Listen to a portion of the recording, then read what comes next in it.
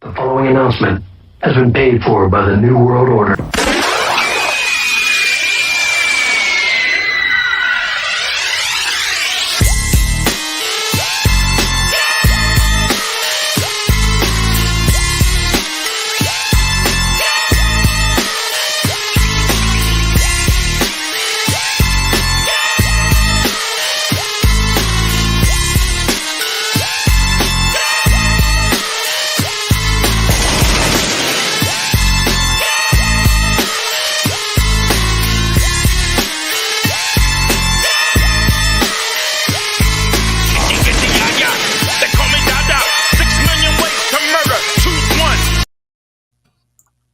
It is I, it is he, it is me, P-double-D-E Tepo, cooing in the place to be reviews right here with all of yous. The Fandom Menace, People's Champ is in the house, ladies and gentlemen. The most electrifying man in the Fandom Menace, if I may. I'm joined tonight on episode 5, Going in Rogue, by a great panel. Let me introduce first my co-host, ladies and gentlemen. He is Mr. Tony ToneDef. Ladies and gentlemen, it's the owner of the worst channel on YouTube and commander to the Legion of Deaf Heads, the world's wokest warrior, primitive-sided, toxic fanboy aligned with the like-minded. Tony ToneDef rocking with you. We're back. Finally, how long has it been? 9 days? Yes. Here on the place to be reviews. I just want to say 2020 is coming to an end. I've heard a lot of people say F 2020 and what a year 2020 was. Man, I promised myself I wouldn't cry. Couple more days. Cobra Kai is coming out. There's just so much to reach for. Just right on the other side of that, I don't know, golden arch. We'll call it that. Maybe I eat too much McDonald's. You need to stop, Tony, because you know you're going to miss me once I'm gone. I'm just saying, like, what I was going to say, I decided to take it in a nicer direction. What the fuck does how many times we go around the sun have to do with how bad it is here? Yeah. Just stop. It's just shit. I'm not even going to get into the movie I watched Christmas Day, but it's shit like that, because we'll get into that later, but yeah. Shit like that is what makes 2020 bad. Oh yeah, we're going to talk about that. So thank you, Tony, brother. It is great always to work with you, my man.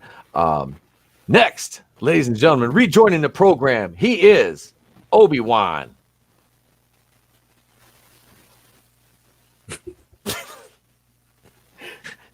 What do you want? A green card, first of all. Do I look like a Sith trooper to you? I don't have no green card. Thanks for coming back on, brother. Thanks for coming back on, man. It is Fat Steven Seagal, ladies and gentlemen. He was a last minute add-on to the show. You're making me sound like a bad part of a burger meal. What is this? He was a last minute add-on, like ketchup. No, he was just talking about the pounds adding up. They were adding on. Wow, there's a heaviness in the force right now. It's probably my ass and the rest of the fat jokes. Thanks for being on, brother. Back to you, Tommy, you dick. And last but not least, ladies and gentlemen, Tommy and the Guinea Pig Collective. What's going on, everybody? How you doing? It's always a good time to be able to stop by with my man, Tep. Hey, you know what? I'm glad that you actually had a chance to bring me on. I got a chance to talk with you again because it's always fun to sit there and converse with somebody who's got some intelligence. Because God knows, if you go on Twitter enough, you will find it's devoid of any kind of meaningful life. Oh, Twitter, it always makes me, I feel like Obi-Wan. It's like, you'll never find a more wretched hive of scum and villainy. You know, that is Twitter, basically. That's how I describe it to, like, people who aren't on Twitter. I'm like, it's basically Mos Eisley. I time myself. You know those old games where they used to have the timer where you hit the timer and you had to get something done before the timer ran out and something to explode? That's what I do with Twitter. I set a timer and I got to hurry up and just scroll through all the different chats and whatever everybody posted. Bam, done. Put that shit down. Yep. We're gonna talk some Twitter tonight, definitely. Hail Keely Chow's in the chat because that is one of the subjects that we're gonna touch on here. But go ahead. Go ahead. I just want to say that I love my guinea pigs. Oh, yeah, I forgot you have guinea pigs. Yes, sir. I love my guinea pigs, so I'm all about that guinea pig collective. That's Very tasty. I'm right on board, bro. Well, that's awesome. I'm glad that you got a few of my guys sitting there with you. So the assimilation process will go by much easier if we have some of our group already in your home. Awesome. I'm already used to being woken up every day at 4:30 a.m. with See, squeaks. that's part of the program. We program you as soon as you go near the kitchen, we yell. You know what's going on. Yeah, well, thank you. If I just grab a bottled water out of the little 35 pack in the plastic crinkles, well, everybody's awake. I had 4 of them at once when I was a kid, so I understand. I had one of them I walked on a leash, but now I understand that the guinea pig was walking me. So, It's always good to know who's in charge. Yeah. Basically, I'm married, dude. I know. Trust me. I know. It ain't me. Oh God! But God damn it, there it is. There's the hang on a second. This is this is me in the Wonder Woman, the director's cut, the Patty Jenkins cut of Wonder Woman. Yeah, drink that image in. Train wreck. God damn it. Oh God. So I'm sorry. I should have said WTF 84. My bad. Yeah. Yes. Oh God. So we're gonna start with holy shit news. And the first headline we're gonna go through here is drug dealer claimed he gave out free meth. Pennsylvanian 56 busted on narcotics distribution counts. December 22nd, a Pennsylvania man charged with narcotics distribution claimed to police that he did not sell methamphetamine, but instead gave it away for free to those who came to his storage unit and asked for the drug. Where were you December 22nd, 2002? 2002? Not you, the guy giving away the free meth. Well, see, he had a hell of a scam going on there. What he was doing is giving away the free meth, and what everybody doesn't know, how he was making his money, is that he was doubling as a tooth fairy at night and collecting all those teeth that were falling out from all the meth heads. So That's weird. I just think of Cartman. I am the tooth fairy. That's smart. He's just racking up all the dice, Hedging your bets, man. Hedging your bets. Dice being the teeth. But... Oh God, yeah. Hey, you want a necklace that's made of human teeth? Jesus, help me, Rhonda. Let's see. Number 2. No, it's Christmas. Suspect protests as she resists cops' attempt to arrest her. When a Louisiana cop early today informed her that she was under arrest for driving with a suspended license and a probation violation warrant, motorist Renee Whidden would have none of the patrolman's Scrooge-like attitude. So she was like, no, you can't arrest me on Christmas. You can't do it. It's Christmas. How can you arrest me on Christmas? Well, maybe if you wouldn't have had those outstanding warrants, Karen, you wouldn't be going to jail. But what about Cocaine Mitch?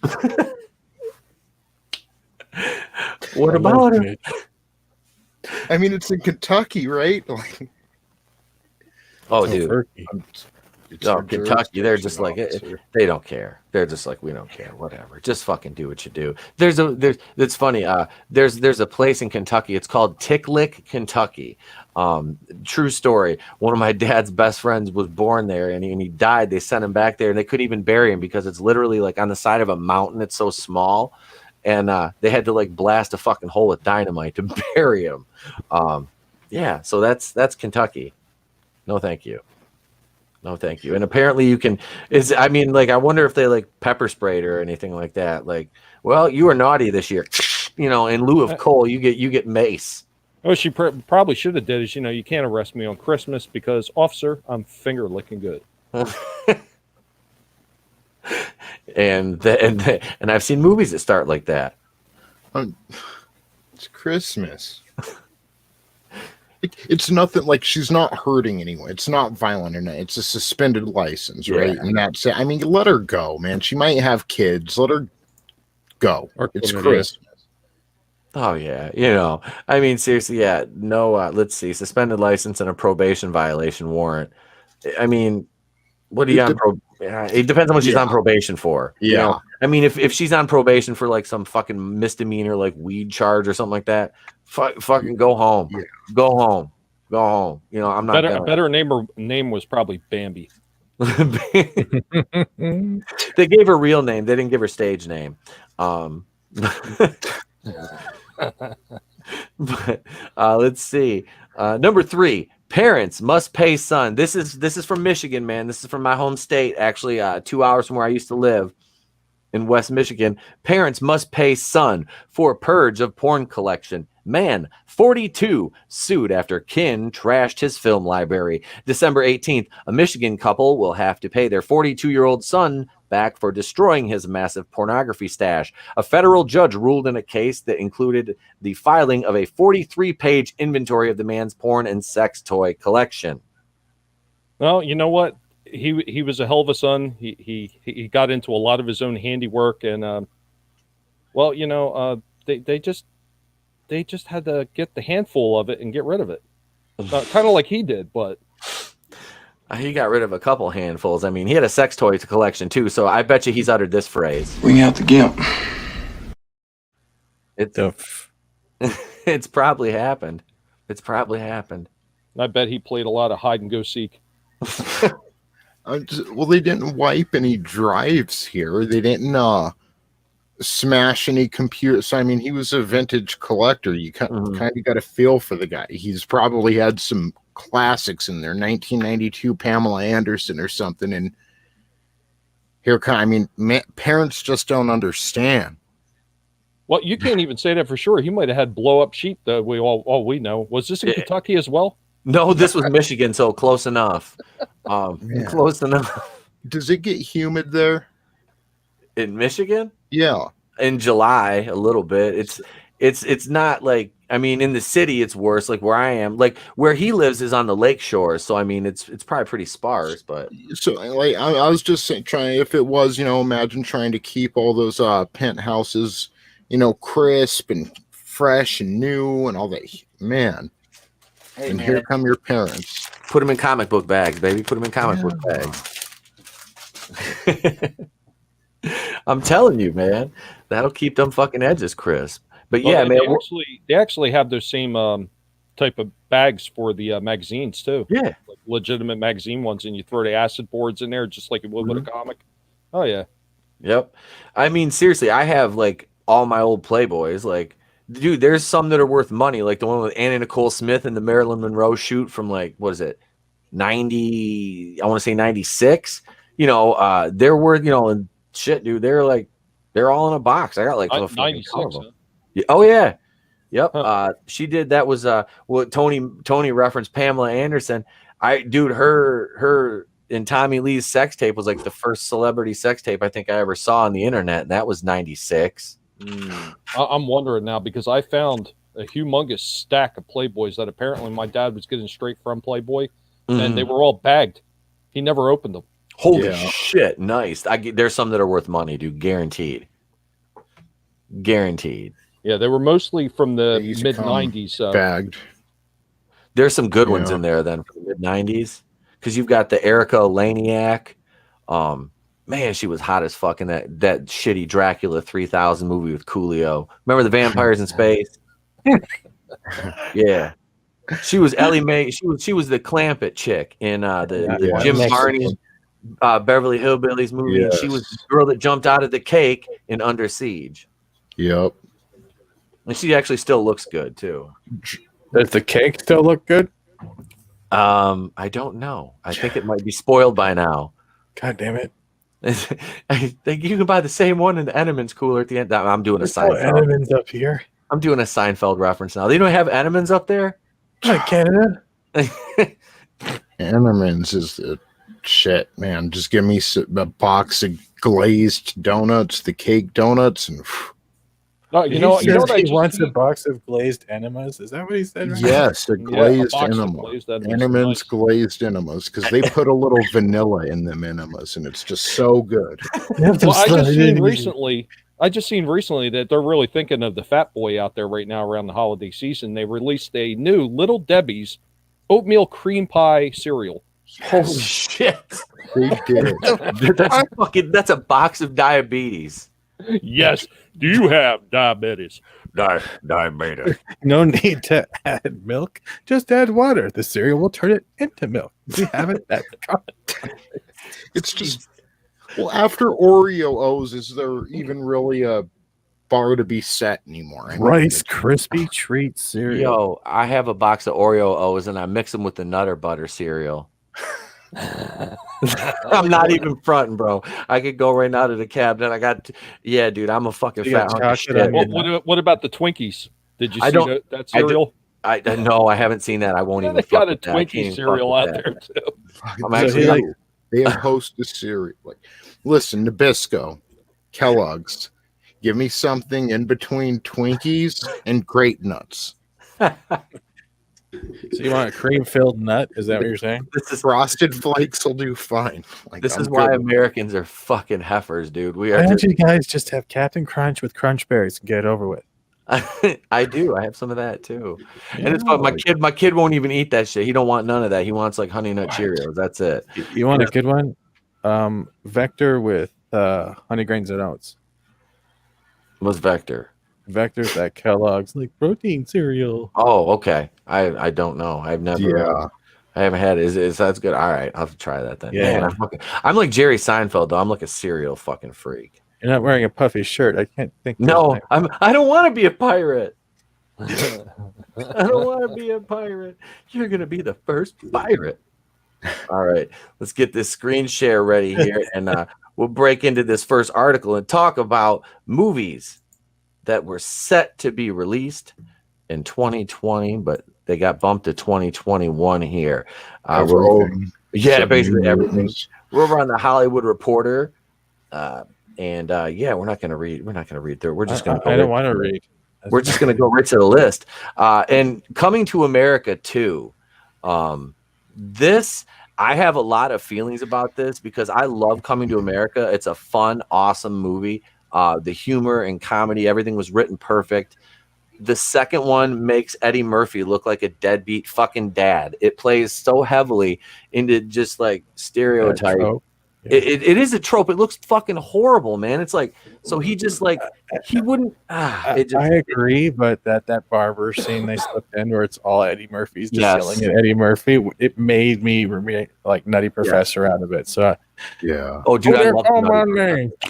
But you know what's really sad about that is because when I seen that the Dolomite one that they had on Netflix, that was actually pretty damn good. That's what I I've was heard. like, man, it was almost like Eddie Murphy returning to what he was good at. Mhm. And when they announced this, I was like, oh man, this might be interesting. And then you hear some of the things that they're going to be doing with the plot, and they're like, ugh.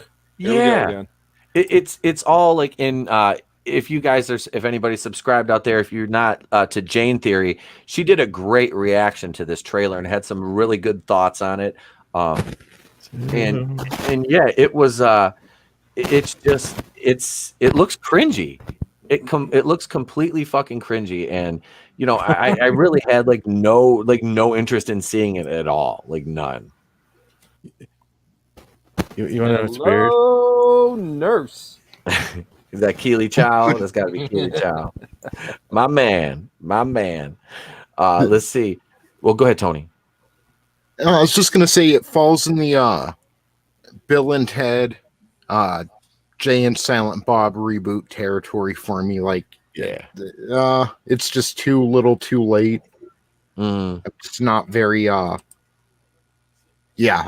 probably never see Coming to America 2, is what I'm trying to say. Yeah, I'm right there with you because it's like the first one exists and it's fucking perfect. It's great. Like Eddie Murphy doing, like you said, the barbershop scene with like the old Jewish guys and the old black dudes. It's fucking it's great. I loved it. You know what would have been a really good movie if they were going to revisit an old Eddie Murphy movie? They could have did one like years later and went back to Trading Places. Like what happens when they both wound up going bust? Yes. See, that would have been great. That could have been something interesting. That takes creativity. I would have rather seen a Pluto Nash 2. A Norbit 2. Rasputia. No, bad. Yeah. What about Showtime with him and Robert De Niro? I remember that one. Remember that fucking gem from the early 2000s? What was the one with him and Owen Wilson? Oh, Eddie Murphy? Was it Eddie Murphy for the spy one? Was it? I can't remember. I can't remember now. Oh, I'm blanking on that one. Let's see. We got the next one on the list here. The Kingsman. Let's see. I Spy 2002. I Spy. Okay. Sorry, I haven't seen it. Let's see. The Kingsman. The Kingsman. I haven't even heard of this, honestly. Let's see. It's got a cast: Ralph Fiennes, Gemma Atherton, Reese Ifans, Matthew Good, Daniel Bruhl, and Manju Hewson. Manju Hansu. Yeah, I don't. I never even fucking heard of that movie. It's the prequel. What is it? It's to the Kingsman series, right? It's the prequel to it. I don't know. I have no idea. It is, and I haven't seen. I'm sorry, it's right. The first sentence. Yeah, like if anyone else has seen that, I haven't seen the series. So if you could elaborate, but yeah, I haven't seen any of them. The Kingsman, never seen them. Everybody kind of talks about them like they were pretty good. You know, I mean, it's what is it? Is it Colin Firth that plays like the one agent, the main agent in it? Yeah, well, from what I've heard from fans of it, I think it's Colin Firth, but I've heard it's kind of a downer, this one, because they're ending it on the prequel instead of like showing what's going to happen next, I guess, in the story. Like, I don't know, man. Prequels, or I don't know. I know. They're prequels suspect. Aren't closure. Yeah. No, you can't end a series on a fucking prequel, dude. Yeah. Unless you're Alien, then in that case, just stop making movies. Just stop. God, please make it stop. No more. After Covenant and all that, no. Yeah. And what's the other one? That fucked up with what's his name? Fassbender was the android. Was that Prometheus? Prometheus. Oh, God. And I fucking call my cat Prometheus because of that goddamn movie. But goddamn, that movie was just it was ridiculously stupid. Well, you know what? You know what movie I think that could have worked as a prequel if they would have left it just as a prequel and not a complete remake is when Rob Zombie did Halloween. Now, if they would have left everything as it was with the beginning, with him just being in the psycho ward and everything leading up to his escape, I think that would have been a pretty well done movie for a sequel, quite honestly. I can't stand the Rob Zombie Halloween movies. I liked everything up to the point where he redoes the original movie. I could tolerate everything that he did with, how he was in the psycho ward and everything. Yeah. I didn't mind that. I just didn't like the retelling of the original story. Yeah. That's what I didn't like. Yep. And the 2018 one, kind of like when it filed, I couldn't stand that either. Like I'm going to review, what is it? Halloween Kills, which is the second one, which is down on this list too. But I'm going to review it sheerly out of spite. Because the first one, I did my review and I sat on it for like 6 months before I released it. I didn't even want to do it. I hated reviewing it. I hated it so fucking much. Tony knows I bitched about it so much. Anyway, I hate it too. It did. I love Halloween, but God, I hated that movie. The only thing like I'm a fan of as far as Rob Zombie is the scene in Beavis and Butthead Do America. And I think that was the best part of that movie. But I've seen him in concert 3 times. I love the stage show. That his music side is different. Like they played out here Halloween like 1995 when they were like, really at their peak. Yeah. Yep. But just I don't like him as a director. Yeah, I can buy that, man. Like I liked House of a Thousand Corpses, Devil's Rejects. And then I never watched 3 from Hell. I was just like at that point I gave up. No, because what was the second one? Not Devil's Rejects. Devil's Rejects felt more like a Halloween Bonnie and Clyde, but with too many Bonnies and Clydes. You know what I mean? Yeah. And just the fact that they survived that shootout at the end of it, I'm like, they got cut to fucking ribbons. I'm like, there's no way any of them were alive. I'm like, and then from what I've heard about 3 from Hell, from people that I trust their reviews, it's like it's just not worth watching. So I'm like, I wasn't gonna even do it. But They tried to rely too much on cult titling rather than actual storyline with a beeline killing. Yeah. It's just I couldn't do it. That makes sense, man. It's like people out there going, "What can I watch tonight?" Last Jedi. Let's do it. Let's do it. Yeah, I mean, when they do sequels, a sequel should add something to the original story, And like one of the few people I think that did it right back in the day was Alfred Hitchcock when he released Psycho. Oh, and then years later, he released Psycho 2 and then Psycho 3. I felt that they all added on to the original story. Yeah. You just don't see that very much anymore. No, because you have people that they want to take a pre-established lore and mythos, and then they want to say, well, I'm going to take it and I'm going to turn it on its head and make it to what I think the narrative should be. It's like, no, there's a pre-established narrative and lore has a proven success and track record. So you should stick somewhat within the parameters of that. Obviously everybody's going to take some artistic license, and that's fine. That's creativity, and that's what people want to see is, we don't mind as an audience, I think, having our expectations subverted if it's in a positive fashion. If it's just for the sake of pissing us off, then no. I watched a movie last night that was every freaking evil child trope wrapped into one. If you've ever seen the 2019 movie The Prodigy with Taylor Schilling, don't. If you haven't seen it, don't. It's absolute just like garbage. It is, like I said, it's just a trope fest of every evil kid, thing that you could possibly have, and it's fucking painful. It really is. But those are just those God damn. No Time to Die. Which one's that one? Oh, we got Morbius too. Morbius, I'm actually excited for. I'm not gonna lie, Jared man. Leto. I want to see Morbius. Jared Leto. Yes, Jared Leto. As long as he's not playing the Joker, I'm fine with Jared Leto. Truly. Like I said, I just watched. I started watching Suicide Squad right after it came out on Blu-ray, years ago after it was released. I made it through 45 minutes of the movie and fucking quit. I just watched it about 2 weeks ago. I think it was maybe a little bit more. And I questioned the decision immediately following. Why did I finish that movie? But Morbius, I can get behind that when I can see that a little bit more. It looked good.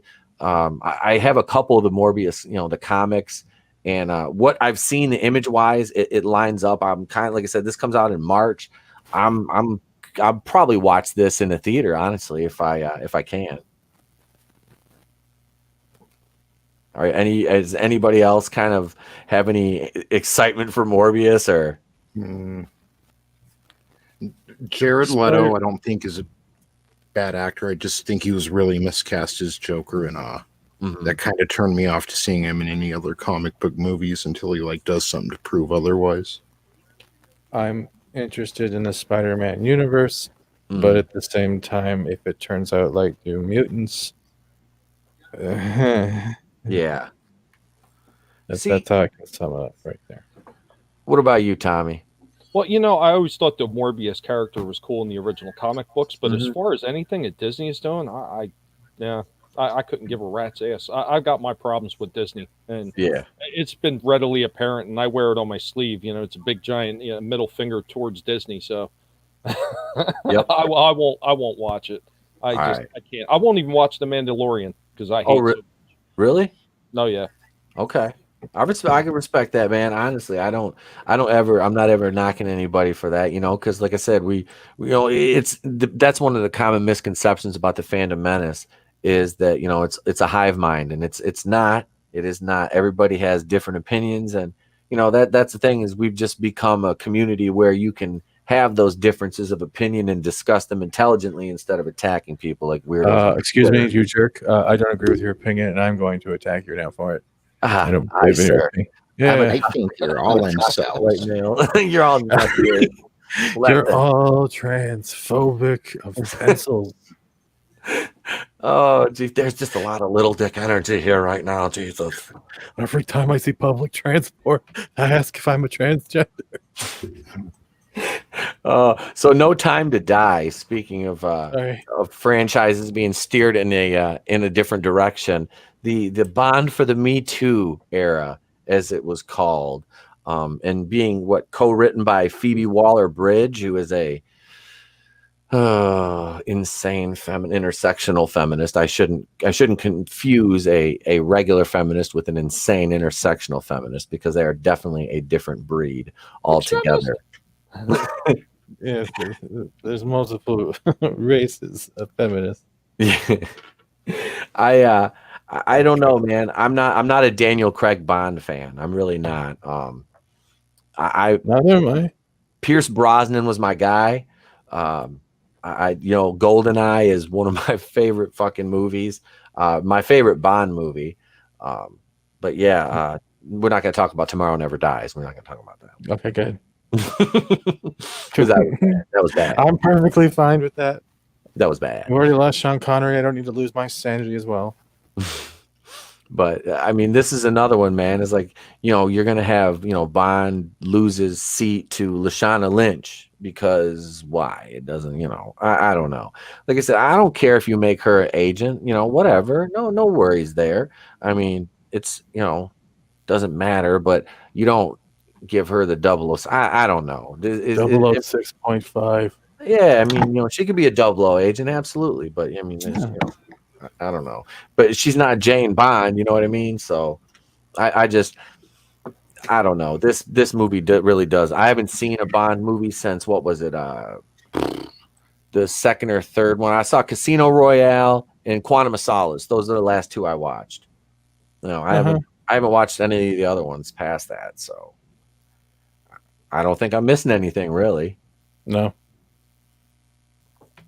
I don't know. Is anybody on here a Bond, like a big Bond aficionado or anything? No.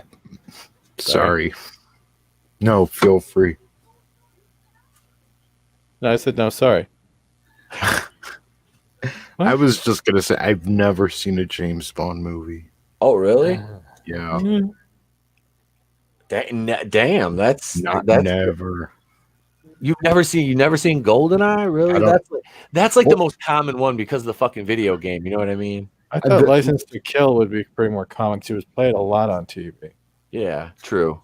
I don't even think, other than like quick scenes, I don't even think I've seen 30 seconds of a James Bond movie. The most James Bond I've seen is Austin Powers. Not bad. I'll take it. I'll take it. I'll get a new. I just loved Robert Wagner's number 2. Robert Wagner is fucking great in that movie. Such a serious actor, and then he's playing fucking number 2. But if it wasn't for that, we wouldn't have Mini Me. We would have never met Vern Troyer. Yeah. God rest his tiny soul. How about no? How about no, Scott? Scotty don't. Right. Scotty doesn't know. Oh, I'm sorry, gold member. I don't speak freaky deaky Dutch. Oh God, I did. I won fucking concert tickets off a radio station. I did Fat Bastard's voice, Austin Powers, gold member, number 2.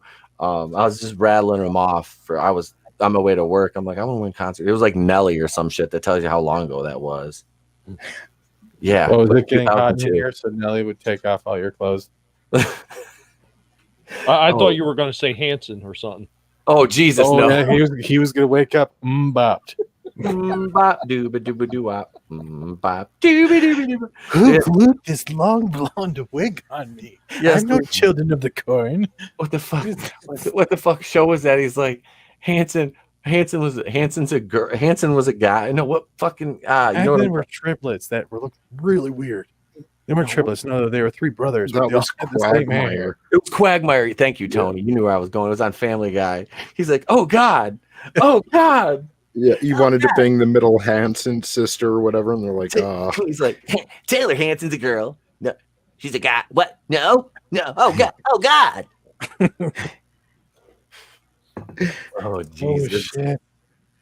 So, yeah, James Bond is out. Next on the list, A Quiet Place Part 2. That sounds like my bedroom. Mine too, trust me. That's because I have low fans, so they don't make any noise. Giggity. You know, instead of doing A Quiet Place Part 2, why didn't they just do a safe place Part 1? Or A Loud Place, the prequel. If they went to the Loud Place, they would never have to worry about. You could have like this whole quiet, loud, safe like universe. Can you imagine this universe though? But it's really just two neighbors. One has death killing animals on their lawn, and the other one doesn't. So every time they go out, the other one's just turning on the music. Huh? I don't know. The first one really, I don't know. It was all right. I kept waiting for John Krasinski just to look at the camera like Jim and like shrug or something, you know. I was really waiting for that. It never happened. And then the second one's a fucking prequel though, I think, isn't it? No, it's not a prequel. It kind of goes, it shows what happened at the beginning and then it like brings you to the present. That's what it is. But yeah, this one. What are we talking about? Quiet Place 2 or Black Widow? A Quiet Place 2. Because it does the same thing. It's basically, it is. And that's a nice segue into Black Widow, which I don't even care. She dies. Yeah. Something else happened? Did she trip on the way down? Is there a whole movie in her tripping on a rock? I don't know. Speaking about prequels not being closure. Yeah. Yeah. Hey, we're gonna bring Black Widow back. They should have done this movie in 2014. You know, that's when this should have happened. Day late and $1 short. Oh, that's, but hey, they had to get Captain Marvel out there, right? That one had to happen. Free Guy though. I'm excited for Free Guy. Dude, I'm not gonna lie. I saw the trailer for Free Guy. I can't remember what I was at the theater to watch, but I saw the trailer for that and I was like, holy shit, that looks funny. Ryan Reynolds is a fucking treasure. He made Detective Pikachu watchable. He's hilarious. He's absolutely hilarious. He made Blade 3 palatable. It sure as fuck wasn't Triple H, that's for sure. Come on, his stellar acting. The funniest thing about Triple H in that movie is he had that little dog with him the whole time. He had that little foo-foo dog. That was the best. But no, Free Guy looks funny. This is one I do want to see. Preferably in a theater, but it's never gonna happen. I know, because the way it looks, these are one of those movies that would be excellent in a theater. The same with the next one. Oh, Godzilla vs. Kong, yes, dude. Yeah. That's my whole argument against the whole like let's release everything on streaming. This is a movie designed to be seen on a big screen. It's a showcase. It's like a tentpole movie, You can't get the same experience watching this movie at home. I don't care how big your TV is. I mean, unless you have a fucking movie screen in your house, which in that case, you're balling out and kudos to you. Well, you know what? Here's what I'm going to throw out there for all these movie theater companies that are going belly up and being bought out by all the streaming services. You morons. You should have seen this coming. You had more than a year to prepare for this. You should have started switching everything over to drive-ins again.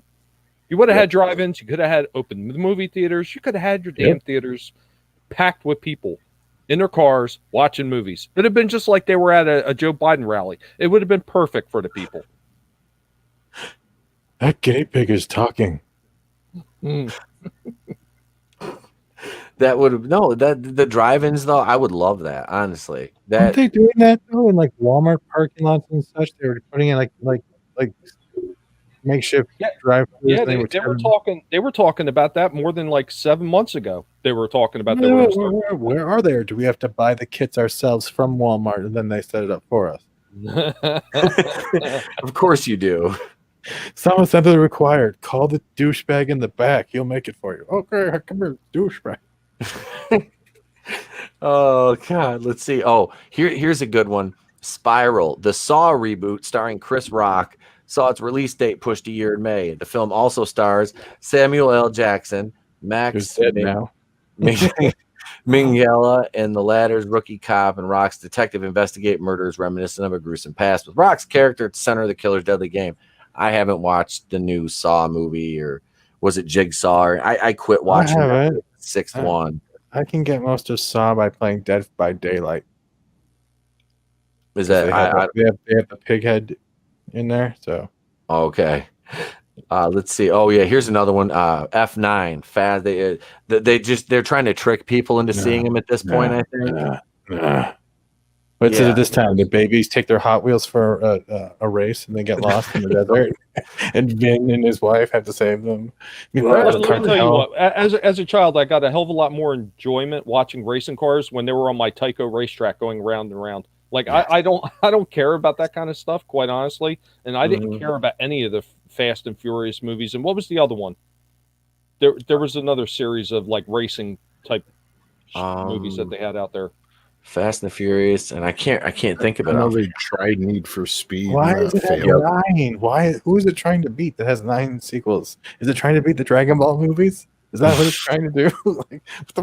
Why do you need 9 Fast and the Furious? I got more cars and someone gave me more money. Get ready. Speaking of get ready, how about Ghostbusters Afterlife? Oh, that one I am kind of looking forward to. I know. I'm cautiously optimistic. Think about how young he was, right? So when this actually comes out, he's gonna be like, "Yeah, I was really proud of me." Like, what the fuck happened? He changed overnight. God, yeah, this movie was supposed to come out last summer. I mean, Jesus, dude. Well, you know what? They are being somewhat smart about it by releasing new toys of the older movies. I mean, I hate Walmart.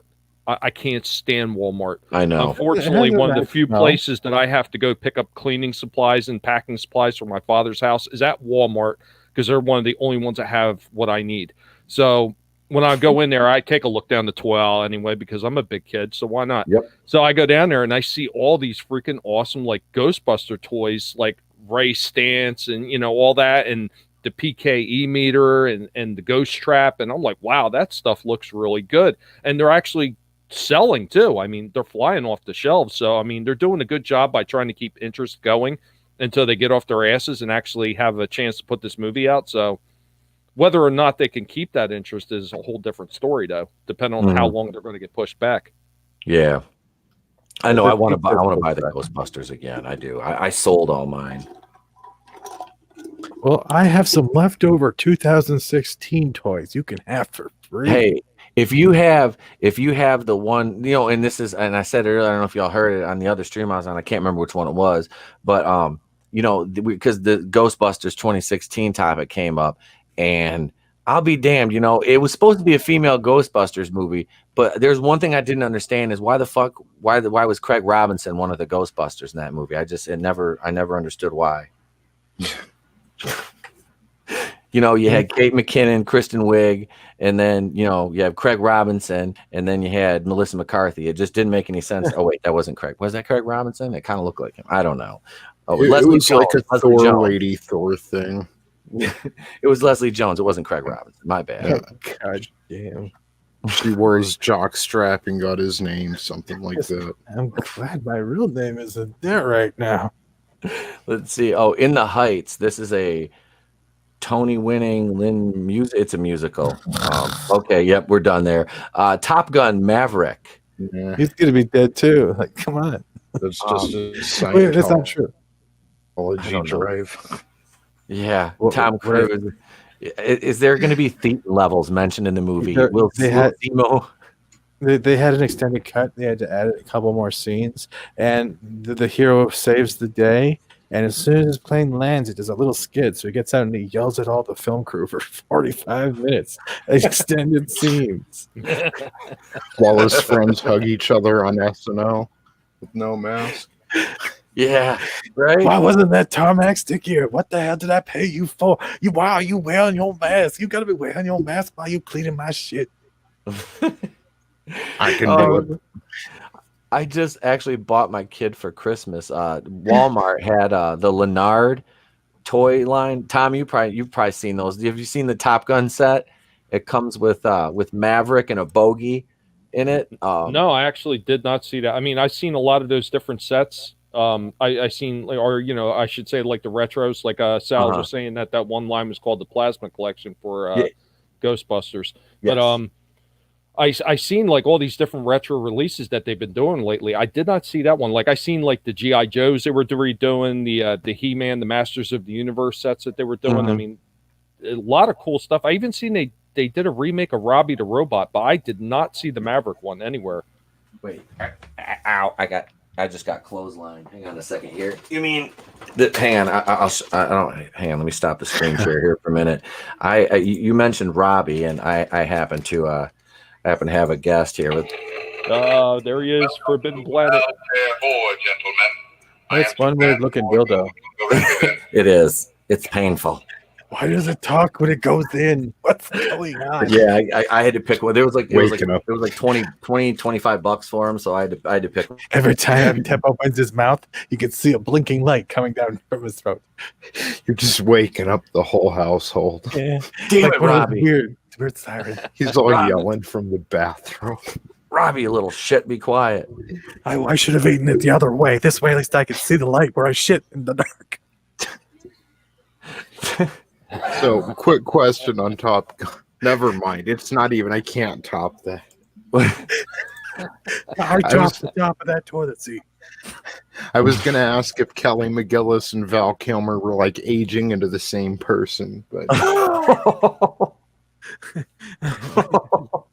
You know what? By the time most of these movies come out, Greta Thunberg would have developed a personality. How dare you? Find a personality. Listen, okay, so Jungle Cruise with Emily Blunt and The Rock. Nah, I don't care. Sounds like a real steamer to me. Oh, speaking of steamers, here's a steaming pile. The Candyman by Nina DaCosta. That's directing Cat and Mediocre too. Listen, okay, so you've got this is also Jordan Peele is one of the producers on this. hold on. Before we did everything, and she just went, yeah. Before we read the description, how many times do you think she thought of her father while writing this script out? Angrily, resentfully. I haven't seen the Cobra Kai trailer, but Theory has. Oh God. So let's see. This one says the filmmakers behind Candyman kept saying his name in 2020, moving the release date of the spiritual sequel to the 1992 supernatural horror film from June further and further into the fall before planning to haunt moviegoers in 2021. See, 1992, she was a kid. 2021. Yep, it's daddy issues. It's unresolved daddy issues. I'm going to name it after Dad. Candyman. So I'm a bit confused. My daddy Is used to it call me supposed to be Candy. a quasi? Is it supposed to be a quasi type of sequel, or is it actually a reboot? It is definitely not reboot. I have yet to see Bob Dot or Enzo Matrix within the trailer. Yeah, I think it's like a sequel of some sort, isn't it? I think it doesn't it. Well, how many original was there? Was there 2 or 3, or was there more than that? I think there was. I forget because there was a bunch of B ones that were just direct to video. Because I remember Candyman Farewell to the Flesh. I think that was like the last one I saw. 3. There are 3. There's 3. Okay. 92, 95, and 99, which was Day of the Dead. Yeah, see, I haven't seen Day of the Dead was like I have seen them. I have seen them all. And I don't think that one's very good. It's not very memorable. That was probably the direct to DVD one. Supposedly there is a 4th film, but it's said to be a direct spiritual sequel sequel to the first film taking place 28 years later. Man, yeah, this is going to be I don't think this is going to I don't think it's going to be good. Man. I don't think it's going to be good. I'm not a Jordan. Well, if you read through the end of that thing, they're actually talking about trying to do the same kind of crap. They're trying to bring humanity to the character or something. Like, it's so stupid. Yeah, nobody cares about that. You want to see a killer that's devoid of any kind of humanity at all. Yes. I mean, that's why characters such as Freddy Krueger and Jason and all those, that's why they stood the test of time. Michael Myers, all them. Absolutely. Devoid of humanity. That's what we want to see in our monsters. We don't want to see somebody who sighs and cries and whines about how their childhood was horrible and that's why they're killing people.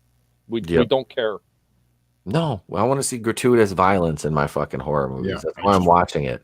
That's what Friday the 13th is my favorite horror series, and Jason Voorhees never speaks; he just kills. That's what I like about him. He's very goal oriented. He's just like, this is what I need to do, and this is how I'm going to do it. I like Jason. Yeah, his mask is on my arm. He follows me around everywhere. Nice. Well, like, Friday the 13th is supposed to be like a sloppy hookup, and maybe you hook up for a couple weekends. Okay, I could do a sequel, but you don't want to know everything about them. Like, I don't need to know what school you went to and what your childhood was. I just want to see you slaughter people. That's what I'm here for. Nothing more, nothing less, but gratuitous violence. Gaming Vulture. I thought it was awesome. I'm really looking forward to what they're showing on the trailer preview for the next season. It looks like it's going to be really good. As a matter of fact, it should be releasing tonight. Is it tonight or no? It's Friday. Friday. Oh, Cobra Kai. Yeah. Cobra Kai is releasing Friday. Yeah, can't wait. I need to watch it. I haven't watched it yet. I really wish they went. Like, we all knew Miguel would be. Spoiler alert if somebody hasn't seen the trailer, but we all knew like Miguel would be fine. There was going to be another season, but I mean, how are you? Like, they shouldn't spoil shit in their trailers, like, because Anyway, yeah. I wish people wouldn't spoil shit in their trailers, man. I should start watching it while I'm playing Zelda. Yes, it's so good, dude. I've watched through the series like 3 or 4 times easily now. I mean, it just goes by. Goes by with the quickness. Yep, like a smooth belch. Nice. Let's see. Death on the Nile by Kenneth Branagh, Follow Up to Murder on the Orient Express. Based on an Agatha Christie novel. It's a hard pass for me. This really Gail Godot's in it, which what's the rating on it? Or does it say it? Doesn't say. We'll get to we'll talk about Miss Godot later. But yeah, next Dune. That's one I was really disappointed when this one got bumped back. I mean, we knew it would.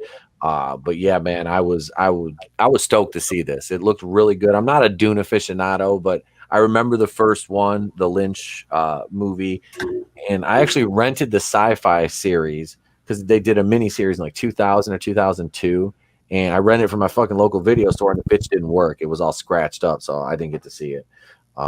But it looks visually very cool, and it kind of, like I said, I just remember watching it as a kid, and Sting is something that can't be unseen as Fade Ratha. So I don't know. This has got a good cast. It has a really good cast. So I was kind of excited for it. It looks like that nice sweeping epic. And Denis Villeneuve is a talented dude. So I think it looks kind of exciting, man. Oh, so I know why I messed up, and I thought that thing was being released on the 30th at first. I got that confused with another series that was coming out this week too, which was the continuation of the Netflix Transformer series. Oh, yes. That released today. War for Cybertron. Now, what is that? The first season of that, or what? Second? The first season, which now the way they made it look is they made it look like they were going to continue the first season, which was Siege, which was all in Cybertron. But this second series is actually going to follow the toy line, so the second series is titled Earthrise. So it looks like it's going to start a little bit with the Cybertron stuff, and it's going to go right into the Earthrise stuff. But there's going to be a lot of really cool stuff from the original comics, cartoons, the movie. There's going to be a lot of cool stuff that they're going to be throwing in this season, including like some of the big guys like Unicron is going to make an appearance in it. Oh wow, nice. As a Volkswagen Beetle. Speaking of that, real quick, is anybody like a Bumblebee fan? Because I thought that movie was like what the Michael Bay ones should have been. Don't even get me started on that. I did a scathing review when everybody was praising Bumblebee. I did a scathing review of it, and everybody kept asking me, "Well, why? You're a huge Transformers fan. Did you watch the movie? You might be able to figure out why I hate it then. It's John Cena. So, from my perspective, real quick, I've only, out of the new live action movies, I've seen the older animated movies and everything, but Michael Bay wise, all that, I've only seen Bumblebee. So yeah, I want to hear your take. Yeah. Well, I mean, the number one problem with that, when it first started off, the initial intro scene was amazing. I thought that was great. The first like 4.5, because it's not even a full 5 minutes when they're on Cybertron. That is awesome. That's in line with all the original continuity of the original cartoons, the comics, like the movie, and everything else that came up until Bay. Because I hate Bay. I hate his take on it, because he took it in a direction that it really wasn't the Transformers. It didn't fall in line with the original toy line script that Marvel wrote, by the way. That was all Marvel. Like everything that was the Transformers was written by Marvel and Bud Budiansky. They completely just threw that out the window, and they took it in a different direction. And they did the same thing with Bumblebee, because they start off with Optimus Prime talking to Bumblebee, and he's got a number. He's not even a name. He doesn't get the name till he comes to Earth and he meets some young girl who's having like daddy issues and everything, and that's how he gets the name Bumblebee. It's just it's a Bayformers movie without having his name right across the title. It really is. Like even the way the Decepticons look in that, it's very Bayformerish. I really need to go back. Like I've been reviewing like the classic Ninja Turtle animated series, that kind of stuff, but Transformers is on my list, and just how you're talking, man, I need to go back and watch that. It's been too long. I just watched the animated movie not long ago.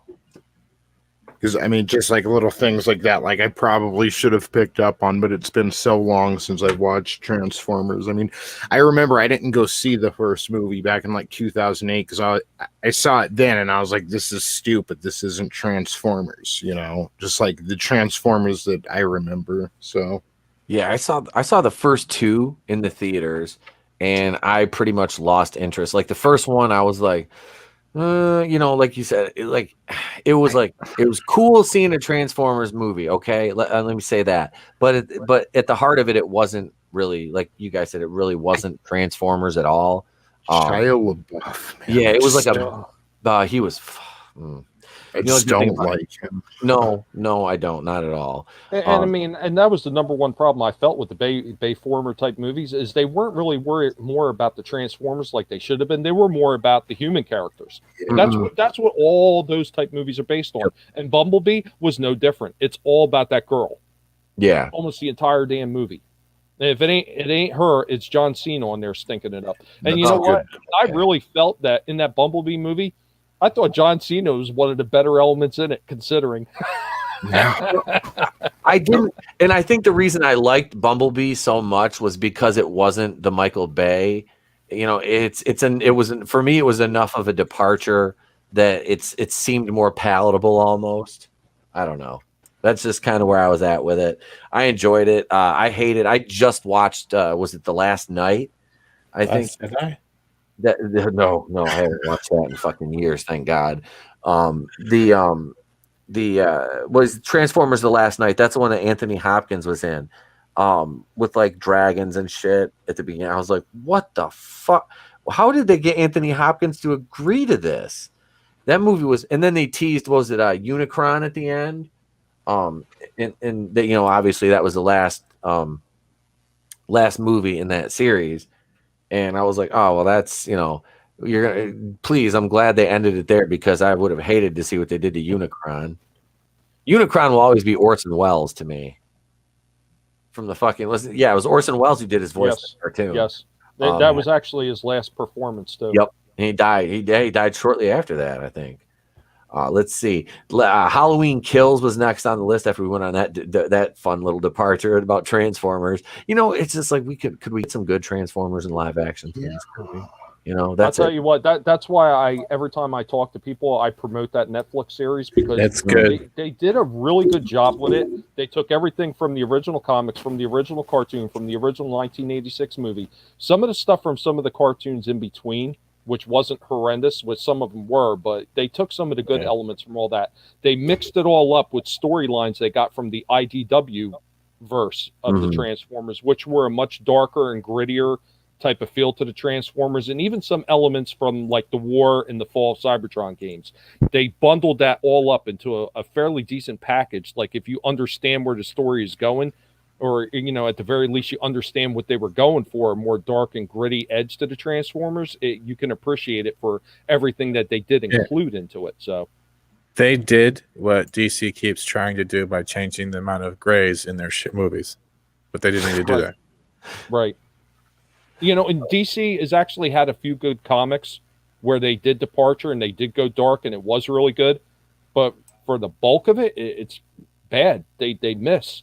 And especially when they try to transfer that to screen. Oh, yeah. We're gonna talk about that. So we got Halloween Kills. That's Eternals. Yeah. Then the Eternals, and last but not least, West Side Story. It's been changed to West Side. Who gives a fuck? Yeah. So that's all the movies that are coming out in 2021 that were supposed to drop in 2020. They're not that good. Look at no, there's really good. No, so you're like, we're saving us a year. So it's we're gonna get a full year of crap. And they're just when it comes to Halloween movies, though, the last one for me was H2O. That I think, or no, oh God, what was the one he came back and he finally killed Curtis?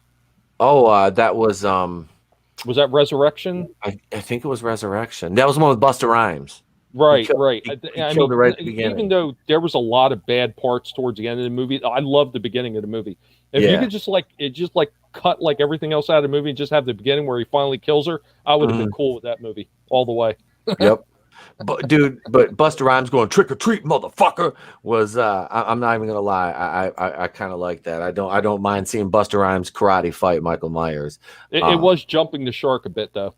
It was. We got Katie Sackhoff in that movie though, which is never a bad thing.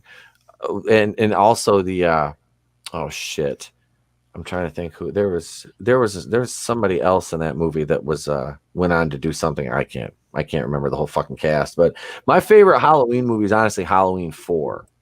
That was like the first one I saw like right when it came out. I was 8 when that dropped. And I was already watching like Nightmare on Elm Street and Halloween at that point. So that came out and my mom rented it for me and I fucking recorded the VHS, the two-headed VCR and recorded it. And yeah, I watched the shit out of that one. Well, four ended well and it five actually picked up pretty decently at first. And then it started falling apart. Oh yeah. Not as bad as the Halloween with Paul Rudd. There's like 37 cuts to that movie, I think, because it was like Miramax, and there was like 3 production companies involved in it, and that was the one that Donald Pleasance died, I think, and they cut out most of his footage because one of the producers didn't like him. I don't know. It was a mess though. But yeah, Halloween. That was almost like when New Line Cinema bought out the rights to Friday the 13th from Paramount, and then they did that Jason Goes to Hell. Oh, what a horrendous train wreck that was. I think there was maybe about 15 minutes of that movie that were palatable. The very beginning and the very end. Everything else in the middle was just like trash. Yep. That movie's terrible. I'm still doing like Halloween reviews, and I said I'm not doing anything past 8. I'm done. 8 is where it ends for me. I didn't like the fucking Jason Goes to Hell, and then don't even get me started on the Jason X, fucking Jason in space. I mean, you know what? I didn't mind that as much. I hated it. I didn't mind it because I really loved the scene where they're in the virtual reality and he grabs the girls in the sleep bag and starts beating them against a tree. That was one of my favorite scenes in that whole movie, though. I'm not gonna because I just got done doing part 7, and that's the one where Kane Hodder did the fucking sleeping bag to the tree, and man, what'd they have? Like he was swinging that fucking bag too. That bitch was loaded up with like fake blood, and it was like 60. I think it was like 60 pounds or something like that. It weighed. Something 60, 65, maybe 70 pounds. But he was working, swinging that bitch. But yeah, man, those in Jason Part 7, man, that New Blood, that has its problems, but I'm not even going to go down that alley right now with them movies. But I do love them. We're going to talk. Let's see. We'll talk about the rumor that Disney and Lucasfilm employees are livid over the return of Luke Skywalker, seeking to block future white male leads. Incels. This is a fucking interesting, and I know Tony did a video on this today, actually. So I did, and I watched it. Does it Oh, have thank subtitles? Thank you. You can check it out over at the Clown World Review, So worst channel on YouTube. this is the problem I had. This is the only problem I had. Is this just it doesn't look like I said they should have had Sebastian Stan play Luke in this. Really, I want if they're going to do a Luke Skywalker series moving forward, I seriously think they should use Sebastian Stan. Although it was cool that it was Mark Hamill's voice, even though Mark Hamill is absolutely fucking insane. That's why you don't follow your celebrities on Twitter. No shit. Yeah. No, I harken that back to Jason Alexander, who played George Costanza on Seinfeld, my favorite television show of all time. I unfollowed him on Twitter. He's a nutcase. So I'm like, hey, you're fucking. How the hell I get here then? You're hilarious, man. I'm You're not funny. Let's see. Operating. Luke Skywalker's cameo in The Mandalorian has apparently become the subject of controversy at Disney and Lucasfilm, as a new rumor suggests that employees at both companies are outraged that the white male lead was portrayed in a heroic light and well received by fans. And yeah. So what did they think was going to happen? Like, and I mentioned this on you're expecting riots. How dare you make that man's penis mean something? How dare you? How dare you? Once, But no- twice. That better not be flopping. But there are so many pop-ups on this fucking page. Yeah. They seriously they can't fucking accept. Luke Skywalker is Star Wars. Not to them. He is Star Wars. That's the whole thing. Is you have other side stories, but it will always come back to Luke Skywalker. So that's it drives him nuts. Let's see. This is on December 28th.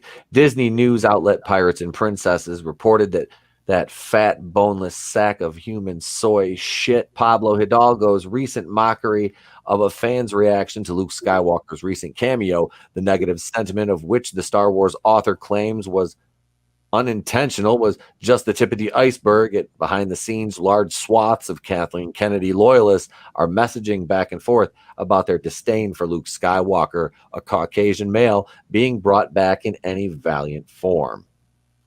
Incels. How dare you? I mean, Bitches. what is you? I want to hear what you guys think. Like, I want to know why Luke Skywalker can't be a woman of Asian descent. Incels. I would Star like to know Wars why wasn't made for you. it was made for everyone except you. Oh, it's a fucking sad state of affairs, though. Like, seriously. It's people who want to do what's best for entertainment and what's best for the industry and storytelling and the audience versus people who want to do basically who want to sniff each other's butts. It goes back to why Knives Out was kind of good, because Rian Johnson, he was shouting out his friends. He made that for Hollywood. Yep. And when something isn't made for these narcissists, they they're amateurs. They shouldn't be in the positions they're in. We already know what the power of the Force and all that other crap. We know what direction you want to take it, and it doesn't work. So they can hate all they want, but they should just be happy that divide is starting to be healed, and they're not. That upsets them, so it just speaks volumes. Yep. You know where I think they might take it? I think here's where they're going to take it. They want to make sure that they please the woke crowd. So what they're going to do is they're going to have next season of The Mandalorian, they're going to have a big Scooby-Doo moment where Luke unzips his face and we find out that he's an Asian woman. Jar Jar Binks. He's Rose Tico. That is so brave. He's Rose fucking Tico. He's got.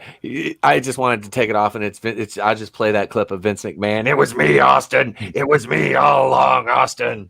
Except it's a sack of fucking potatoes. Some fucking Idaho Reds.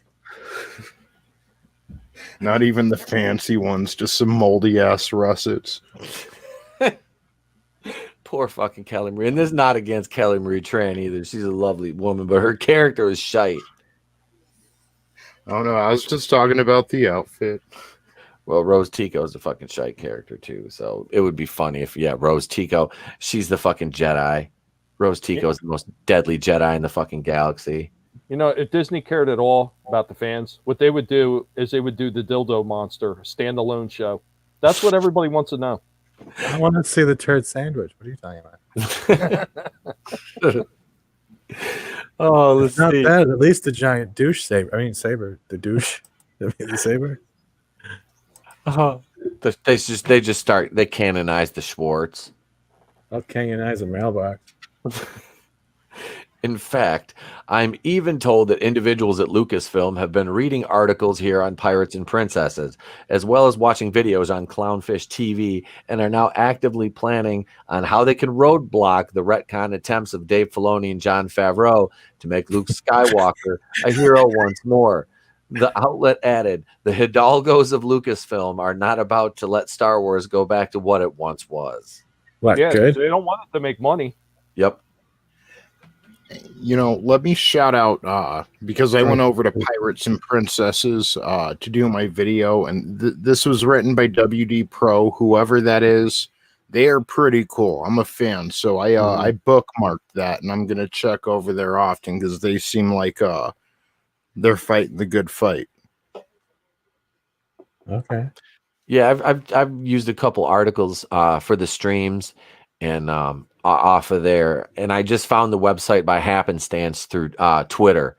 And yeah, that WDW Pro, their intel is usually pretty fucking spot on. Like 87% or something. Like yeah, yep, they've got a better percentage than Mike Zero. Vince Russo Jr. What are you talking about? I'm from the future. Mike Zero here, and please be sure to subscribe if you want more future Star Wars content. I just realized, 'cause I'm trying to edit this picture to look a little better, that if you give Etep the full like round makeup around his eyes, he turns into General Zod from the Reeve movie. Damn it! Oh, that's funny. Kneel before Zod. It's Neil before Lady Gaga. Kneel before Cheetah. Jennifer Love, do it. Oh, Jennifer Love, do it. I'm Emperor Palpatine. I was inside my granddaughter Rey. We're not from Kentucky. Oh, let's see here. According to Pirates and Princesses, sources, unhappy employees are planning to introduce ideas and narratives that would make Luke a Luke redemption difficult. So is the English language, and are reportedly working in private messages to sabotage attempts by Filoni and Favreau via minor mediums such as graphic novels to push the Last Jedi narrative even harder. That's the only thing that somebody that likes the Last Jedi narrative ever gets to push harder, but that's another story altogether. That's not true. They sometimes get constipated and they have to push harder. Well, this is look, hey, I'm sure they have ways of working that out. The goal is to canonize concepts in the coming years that would prevent Luke and Grogu from being from yogurt for being the future heroes that Favreau has planned. Pirates and Princesses clarified these people are incensed that the reaction to Luke Skywalker in The Mandalorian has been incredible. Well, I mean, like I said, we've waited this long for actual, to see Luke as powerful and like an actual Jedi master. So I don't know. These people at Lucasfilm are insane. It's like they're cutting off their nose to spite their face. You're trying to tank your own brand because the wrong people from your moral high ground, the wrong people enjoy it. Is Well, I mean, basically what they're saying. it's not the first time it's happened. I mean, look No. what Gillette did. Gillette did everything, and they did cut their own noses off with their cheap, horrible razor blades. Mhm. And I used to, and I'm a person who knows something about shaving. I used to use Gillette products, but no more. After you basically told me you don't want my money because I'm I'm Egyptian. Who am I kidding? These people. You're an Egyptian? No, not really. But I had a dedicated troll a while back who swore that I was Egyptian. I told him, I'm like, no, dude, I'm every kind of white you can be. Including being Russian and the Hebrew and the Hungarian. Well, the Hungarian is where I get the lovely olive tone from. But but he insisted that I was Egyptian. Is it because he kept asking you to walk like an Egyptian? No, apparently he found out I have a thing for the Bengals. I don't know. Like a shooting star. Oh God, let's see here. Let's go on with this. This is, however, it appears that Star Wars will not be the only Disney or Lucasfilm franchise affected by these alleged saboteurs, as Pirates and Princesses sources further claim that there is additionally a rumored movement from within Lucasfilm and parts of Disney that are pushing for the cancellation of any Caucasian male leads in any future feature-length films for the foreseeable future. If true, Disney and Lucasfilm would have to make a significant number of changes to a number of upcoming productions, ranging from the franchise's titles such as Doctor Strange and the Multiverse of Madness, Obi-Wan Kenobi, and the standalone productions like The Last Duel and Indiana Jones in order to satisfy the racist demands of their employees. Stunning and brave. So, and it said, it just goes on to say, take it with a grain of salt. So there. But go ahead, Tony. No, I'm just saying, like the paragraph above that last one where they're talking about finding ways to prevent Grogu and Luke from becoming heroes and kneel before Zod. God damn it. I mean, it's just like, you're trying to creatively checkmate your workmates and peers. And I don't know. It's just like, are you authors or authoritarians at this point? Like, how do you think that's good for the industry as a whole? So yeah, I think this is a fantastic time for, I'm not going to go say to start Indiegogos and all that, but for, creators, independent creators and artists being laid off from DC right now. And this is a fantastic time for some great stories to be told on the independent level. And, Well, I think you answered your own question, really. I mean, you shoved it right in and you slid it perfectly into position when you said a hole. I mean, that's pretty much the whole narrative. So it's I don't know. It's like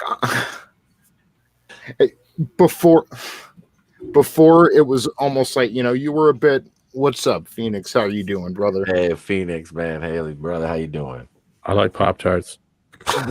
When The Last Jedi happened, we were all a bit shocked, and then we were even more, just put off, and it was surreal to see Lucasfilm's response to that. They doubled and tripled down on everything.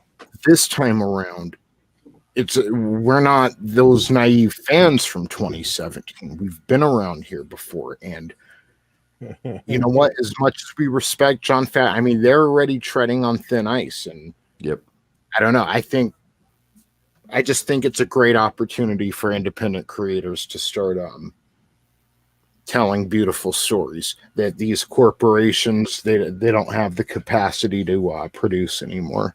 Go ahead, man. I'm just saying that's going to plant seeds for a brighter future, hopefully. I'll tell you what, I feel bad for everybody who's watched those movies. I mean, I was smart enough to really just stop after The Force Awakens, and then I had a friend browbeat me into watching Rogue One and Solo on Netflix. And God, what a painful decision that was. But you know what? We were smart enough at the Guinea Pig Collective here to stay away from The Last Jedi and to stay away from The Rise of Skywalker. So we're all good here. Those movies don't even bother us because we've never seen them. I saw The Last Jedi in a theater. A coworker who is about 5 minutes into the movie wanted to punch in the face, bought me a ticket. Let's go see. I'm like, Force Awakens was shit. I don't want, oh, come on. All right. Fuck, you bought me a ticket. You got me stoned. Let's go. So we go watch, and literally, like, the movie starts with Hux and Poe going back and forth. And I'm just like, The fuck am I watching? and I'm like, fuck this, dude. Like, what the fuck? Like, no, because I'd seen Rogue One. Rogue One was gritty. It's got its problems. The coolest thing was the reshoots when they added Vader into the end of it, because looking back now and seeing what they did with Luke, and it was an homage kind of thing. It was cool. But yeah, the movie, it's got a lot of fucking issues. Force Awakens was shit. That's J.J. Abrams, though. He's not creative at all. I gotta say, what's up to Phoenix Animation? Speaking of, we were talking about, Tony was talking about independent creators. Phoenix Animation has, I'm sure the one Indiegogo is done and funded now, but I don't know if the second one's done. Tony, could you drop his link in the chat? Oh yeah, If you could, absolutely. please. Yeah, get back. He's got two. Let's see, we got reclaiming. What was it? Reclaiming Xandar or something like that? I think it was.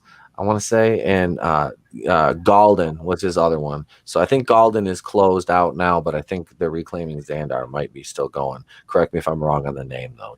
Phoenix. Let's see. So moving right along, we'll talk. We'll stick on the Lucasfilm topic, and we all know what Pablo Hidalgo said. I have an article. We don't need to look at the article because it's written by this little soy boy named Adam B. Very, who's a blue check mark on Twitter. And basically, he tries to demonize Star Wars theory in this article, and it's fucking ridiculous. And I'm not shilling for Star Wars theory. He's got 1 million subscribers. He doesn't need me to shill for him. But I'll show for him. I just want a free Big Mac. I God damn it. God damn it! Now you're cheat son of a bitch.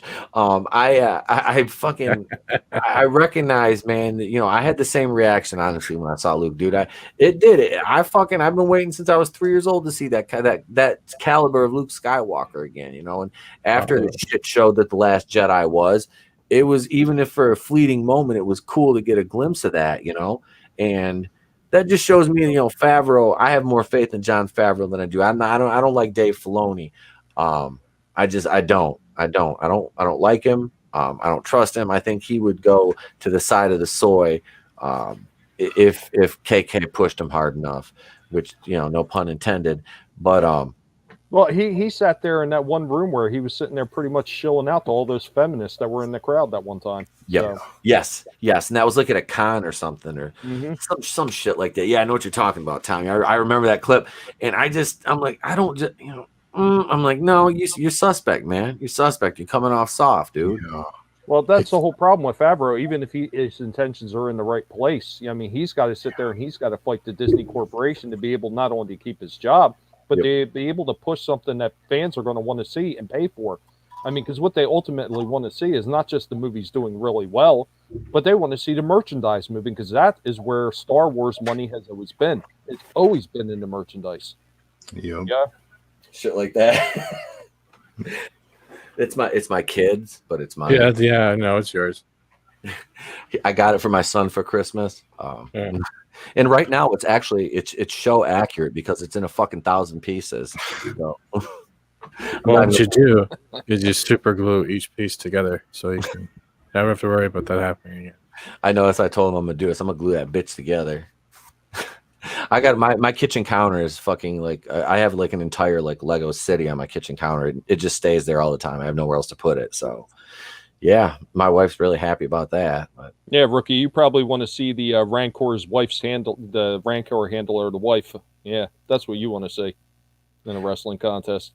And speaking of the fucking Rancors, we were talking about Star Wars theory. His fan film was all right. It was too much Force lightning and Palpatine yelling.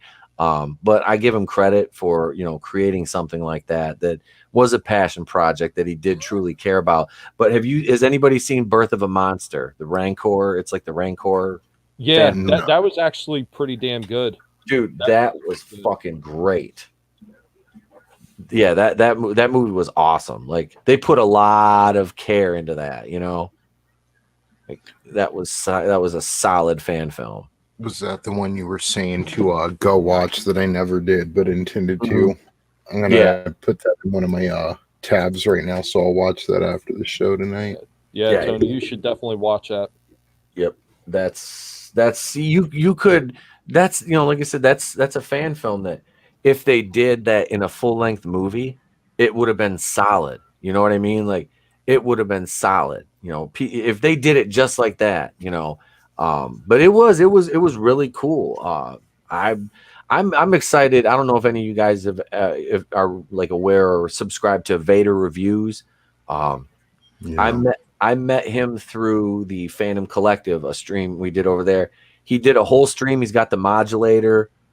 He studied James Earl Jones' patterns of speech and breathing to be able to play the Vader character better. And he's working on a fan film right now. And yeah, man, he's on his YouTube channel. He does like some updates and stuff like that. Does he have the scuba tank? I don't know if he has the back to tank. He's got the he's got the whole Vader get up. Yeah, because you know the breathing that Vader does in the original movies was through a scuba tank. Is that what it was? I didn't know that. Yeah. That's fucking, see, he did the whole fucking gimmick on his stream, man. After we were off, he turned. It's so crazy how different his like voice is. Like, you know, like James Earl Jones, his voice is still, you know, he's bringing the bass, you know. But you know, this dude, his voice is like way different. But it was like he does it so well. It was very cool. So shout out to Vader Reviews, man. He's got a great channel too. Rookie. Yeah. Rookie mentions it. There are dozens of incredible Star Wars fan films out there. Yeah, there are. But there's only so many that really take it to the next level. I remember that one was really good. The Darth Maul Apprentice. I haven't seen that one. Was amazing. Okay, so I need to watch that. Yeah, if you've never seen Darth Maul Apprentice, watch that. That is truly an amazing fan film. Yeah, man, that's see, my kid was Darth Maul for Halloween. He's a huge Darth Maul fan. I need to check that one out. Maul's a cool character. I just wish they wouldn't have killed him off so quick in Phantom Menace. You know, you would have think he should have stuck around. Well, I think the original storyline, he was going to be around for at least another movie or so, but yeah, if they're going to kill him off, they should have killed him off in Revenge of the Sith. You know, because Dooku was never a full Sith. You know, he never had the eyes. You know, he had the Darth name, but he never really went full Sith. No. And as good as an actor as Christopher Lee is and was, I just didn't feel it with his character. See, I was the exact opposite. I loved him as Dooku. Like, I did, man. I was just like, because I picture, you know, Dooku was like this rich, you know, like well-spoken, and Christopher Lee was just he just had that command, and he just put that, he exuded that role. You know, he owned it to me. Even though he was old as shit. I mean, he was like 80 years old when he was doing that. But I still, you know, his speaking and everything was obviously, you know, he had a stunt man for everything else, but I liked him. But I like the character of Dooku overall, though. But no, man, this whole Pablo Hidalgo situation. I mean, how long are they going to let these, you know? And this brings another point: is Kathleen Kennedy going to stick around? You know, and I was on the dump, and Culture Casino was bringing up the fact that she's going to work out some kind of long-term deal to where she is still involved. You know, her name is going to be rubber stamped on shit. You know, I don't know. It makes me nervous thinking that the success of The Mandalorian is going to drive them to renew her contract out of fear for something that she'll release about Bob Iger, because, you know, Bob Iger's looking down the road at running for president. So, well, I think that's why he hasn't got rid of her. Well, it was like 2 years ago when they said that she was going to be canned. Yeah. And she never was. I mean, and everybody was claiming all these articles saying, oh, she's done, she's on the way out. And then all of a sudden, bam, she's got 3 more years. Yep. Yeah, 2018. Every big YouTuber was, she's on every one of them, man. Every one of them. EVS, Geeks and Gamers, Doomcock, all them guys. She's on her way out. She's on her way out, and then boom, signs a fucking 3-year extension. I'm just hoping that they have the common sense to get rid of her finally. Just let the contract expire. You remember that day, right? Because they did a movie about it. It was called Terminator 2 Judgment Day, where they extended Kathleen Kennedy's contract for 3 more years, and every other day Star Wars was the Judgment Day because we don't know what was going to happen. And they would never terminate her at all. I got that one right because I just came up with that on the fly. It was really hard to be funny. Quite honestly, I mean, KK, she's just like Nancy Pelosi in that respect. That like bad pennies, they just keep showing back up over and over again. So if we want her to go away, we have to poop on her driveway next. I had enchiladas tonight. Hang on a second. Let me make the trip. I got this guy. I super glue his butt cheeks. He's had Taco Bell for 3 days. He's ready to go. Oh God, yeah. Acetone down the butt crack, and you run like a hell. KK'd have the writer's room from the High Republic out scooping the poop up off her driveway, and then they'd turn it into their story about diversity and dinosaurs. Well, like diarrhea sores. that whole High Republic thing, that's what they're going to try to use to undermine Luke. They're high. They expect it because that's what they're going for. They're high and mighty. Those stories are so shit. Like, I will never get that fucking picture of that whiteboard out of my mind. That diversity, less wars. It's like, it's called Star Wars, motherfucker. No, it's about conflict. My favorite was a tweet earlier this year that was like, Star Wars isn't about war. Literally, you wrote war just to contradict. It says it right in the name. But what's in a name, right? Yeah, I got to pull down the statue. I mean, Pablo Hidalgo's name is Pablo, and I mean, he's just an amorphous blob of fucking soy. And we got Pedro, who did this not even too long ago, because the Luke scene, and it wasn't even Luke scene. What was he? Well, who was he? He was crapping on Geeks and Gamers. Wasn't he? I think Got so. Minority Home. I think so. I don't remember. Yeah. I don't. Dude, it's just like, how long are you going to let your employees fucking go on just shitting on your paying customers? And like I said, you're shitting on Star Wars Theory, and the dude, and then there was rumblings that they were ripping on him for being a cancer survivor. Like, somebody that worked at Lucasfilm was making fun of the fact he was a cancer survivor. And I mean, if this is substantiated, that's what? Maybe they've been Canadian, because I'm Canadian and we get Canadian and cancer mixed up quite a lot. No, that's sarcasm. But, like, what kind of people are they hiring over there? You know what I mean? It's like, what the fuck? This guy's a cancer survivor. Let's fucking roast him. Whoa. No. What comes in, they sit down across the table, like, where do you see yourself in 5 years? Well, I see myself in 3 to 5 years, cutting off my genitals, changing my gender, going non-binary, taking your job, and getting a raise. You're hired. You're hired. Yeah, that's basically how they hire their fucking writers over there, I think. God damn. Like, but Pablo is a fucking, like, he's like a creative executive. Like, of what? I don't know. I can't see his title. He blocked me on Twitter. He blocked me on Twitter like 2 years ago. I tweeted him a couple of times and he blocked me. So it wasn't even a chain block. I wish. No, it was actually. I would almost guarantee I was probably blocked. Everybody hates guinea pigs. It's fucking funny because I'll be messaging Tony and I can hear him squeaking in the background. I'm like, yep, something. There's the oil that chair. There they are. I thought about getting a couple more of them, but my wife's like, no, we got the cat and the dog. Like, no. I had one of my fucking golden retriever off to one of my guinea pigs. I was a huge Guns N' Roses fan as a kid. I named one of my guinea pigs Axel after Axl Rose, and my golden retriever picked him up out of his cage when I had the lid off after I was scooping it, and I was throwing the garbage away, and my retriever walked in, picked him up, and set him down at my feet, and I was like, oh no. He was a bit rough when he picked him up, and the tiny little neck did not survive. I was like, oh yeah, try that. That's a traumatizing experience at like fucking 8 years old. And then you can't punish. Was the gerbil okay?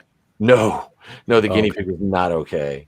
Okay, I think the gerbil was okay, right? Yeah, the gerbil was fine. Richard All right, Gere. good. Richard Gere was very gentle. Well, I hear he was deep in that crevice.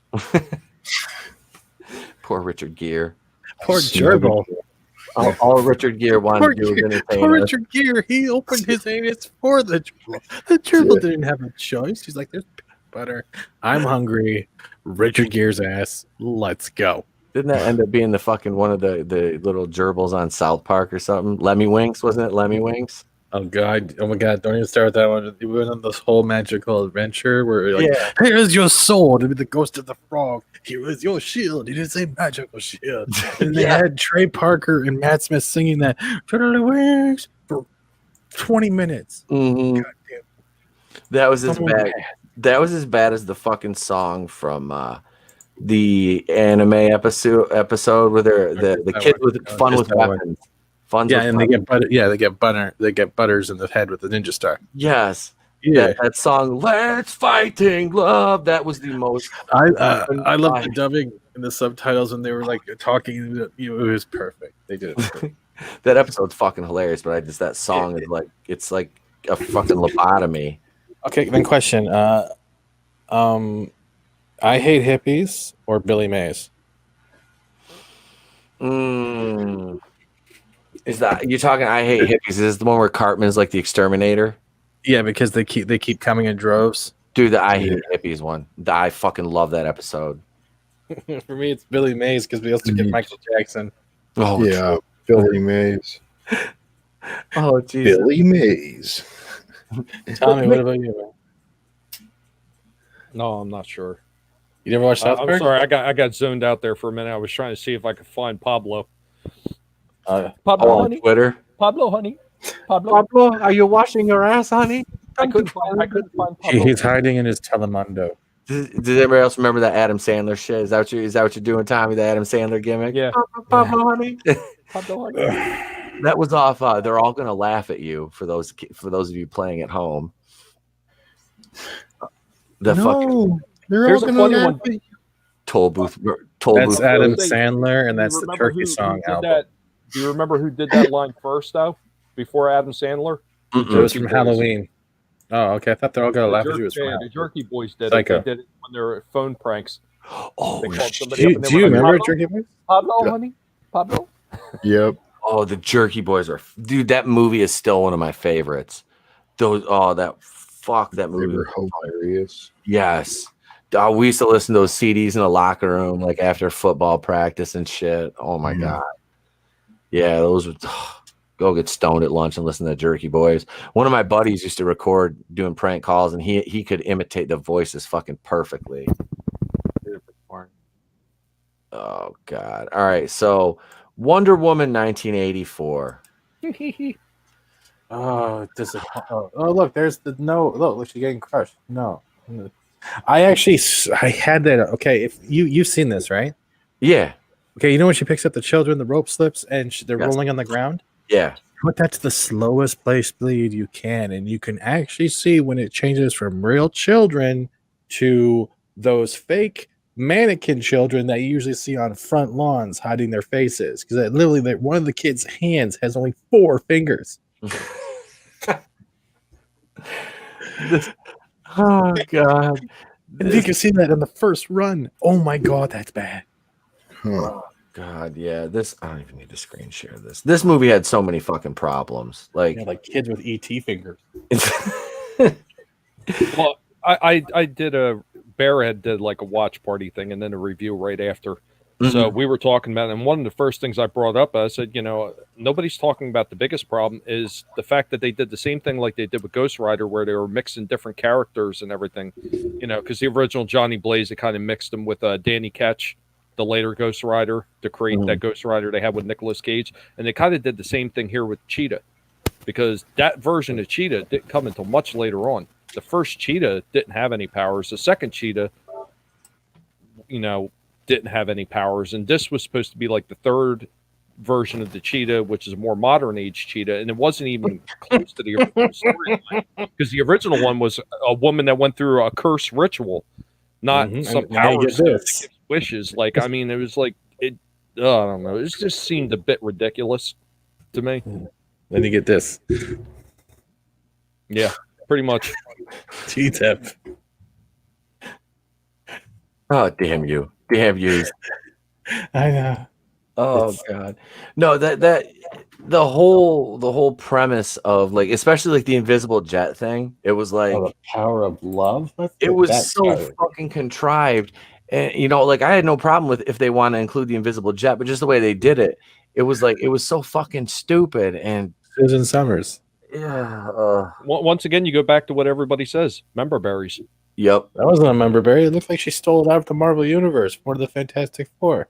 Yeah, and then they steal a fucking jet that's in the Smithsonian, and it's in like perfect running condition.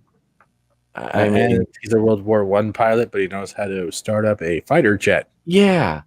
I'm like, They're all the same, dude. They're all the same. They're not all the same. Yeah, okay. It's you know, it's like going from a fucking Yugo to a fucking Ferrari, you know, whatever. It'll work. It'll be Man, fine. you could fire up your Ford Model A. You could fire up a brand new car, a Kia or something like that. No problem. Yeah, that Escort and that Bugatti, you're all right. You're all right, fam. Just go for it. Just go for it. Yeah. The fucking, not to mention the fact that she just like they just took this dude's body over and you know she its ass. She non-consensually had intercourse with some rando who was she saw as fucking Steve Trevor. It's like Rape. She what his butt. That's pretty much how it went down. Oh God! Like, how does it's the 80s and it was the height of the HIV outbreak? It's not even the 80s though. It's 1984, and they can't even get the music from 1984 from Warner's Music Library at all. Yeah. And you had games like Rampage and other ones that weren't even from that year, but everyone was wearing a fanny pack because fanny packs just came out in distribution all over the place. Everyone in the 80s had a fanny pack and pairs of pants. But you feel me though? You don't know what if that guy was married? Yeah, you know, what if he had an STD or you don't know. But Steve, he would have told them after when he took. There would have been an exchange of information. Can Wonder Woman get chlamydia? Wonder Woman. Yeah. That's the problem. You see, you're assuming that a white guy would have had some kind of disease, man. White privilege. He wouldn't have had it. Wait. Does that mean if she got chlamydia, it'd be Wonder chlamydia? Yes, it would be a super spreader strain. So her chlamydia would be immune to lightning, and it had a small chance to go invisible. She takes the chlamydia all the way back to Themyscira. Where'd your pubic region go? Oh, I got that Wonder chlamydia. It's like my invisible jet. My groin just disappears. It's there. I just can't see it. Oh God, yeah, that's like Tony said, what if this guy was married? Like, what did they really need to put the fucking like the Steve Trevor fashion show in there too? Did we? Did we need that? Yeah, we did because we all wanted to see that. Steve Rogers. This phrase gets used a lot, but he really is the worst of all the Chris's. He really is. I don't hate his face. See, I liked Chris Pine in the first one. I thought his character was very well done. This one was it was fucking terrible. Like, yeah. I don't know. I'm a huge Wonder Woman as far as like the movie went. Like I said, I'm not a comic aficionado, but like the movie, I loved it, man. This just it didn't resonate at all. Like nothing about this was good. Like I said, I fell asleep the first time I was watching it. And it insisted upon itself. It did. It's ending like it's this great movie, and it's not. It's like I would have rather seen the Wonderclap developers, just something, Like, well, you know what? There's a chance that Wonder Woman 84 could be turned around because somewhere out there, I'm sure that there's a Snyder cut version of it. I think there's a Kevin Feige cut too. Fatal J's gonna have a fucking stream about it. Watch. I heard from the grapevine from a guinea pig that talks in this weird Cheetah Man thing that there's gonna be a Ryan Johnson cut of the Snyder cut. What the hell's going on? I thought she died when she got electrocuted. Yes, by the way. that's No, she another- didn't. No. She didn't die. She I just know. So slowly fell down. Yeah. Why are you saying sorry for knocking her out then? Like, I thought she got some high voltage. Yep. That was the fucking gimmick, man. I thought she was dead. She was underwater. You know, I was like, of course Diana's going to be immune to it, but I didn't think that, you know, Cheetah would be, because she was in the process of losing her power. I don't But know. then she has Wonder Woman's power, right? And then Wonder Woman's making direct contact with her in the water, or she's wearing metallic armor. I mean, like, I don't know. It's just, yeah. And the flight sequence, dude, that was kind of like, what are we doing here? Yeah. What like where she's flying? It's like I think Jeff Hicks said it best when he said of a mix of all the movies that it was like a mix of like 6 different. It tries to be like Superman 2, Spider-Man 2. You know, I mean, it is, and it's fucking. He was spot on with it. He really was, because it didn't know what it was, but like you said, Tony, it tried to insist upon itself when it was like the movie it had multiple personality disorder. It didn't know what the fuck it was. At the end, too, everyone's wishing. Everyone's, I wish. So then, you know, he walks out consequence-free, Pedro Pascal, and his son says, I knew you would be here. I wished for it. And he goes, no, you don't have to wish for it, son. I just love you because I do. And then right after that, he says, I wish I could be a good father. Like not only are you not paying a consequence, but you didn't even learn anything from this. No. Like, how did they not catch that in the script? Like, I don't. I wish they could have gotten a better script. Wait, the wind's blowing. Nope, not gonna happen, guys. Sorry, you're stuck. No. I think you missed the biggest part in there. You know, the credits. Guy, no, I remember the credits. No, he was supposed to be betraying a white guy. So I mean, a white guy can't just be good all on his own. He has to wish for it. Yeah, that doesn't come naturally, man. I'm gonna bring this up to you. Think about it this way: we don't even need Wonder Woman. We don't need Wonder Woman in this movie. We don't need her. Think about it this way: if everything progressed the way it did, and he eventually came to the White House and then to that to broadcast live, he would eventually have seen his son in that vision and pronounced his wish right there. Wonder Woman didn't even need to be there. Speaking of the White House, why did they portray Ronald Reagan like he was George Bush? I need more nukes. Just give me all the nukes right in my butt. Just put them all. I just thought it'd be Reagan going, Nancy, I'm confused again. Reagan I think the most important thing everybody missed also is, where were the damn jelly beans? I was looking for the ping pong balls. 1, 2, 3. 4.5.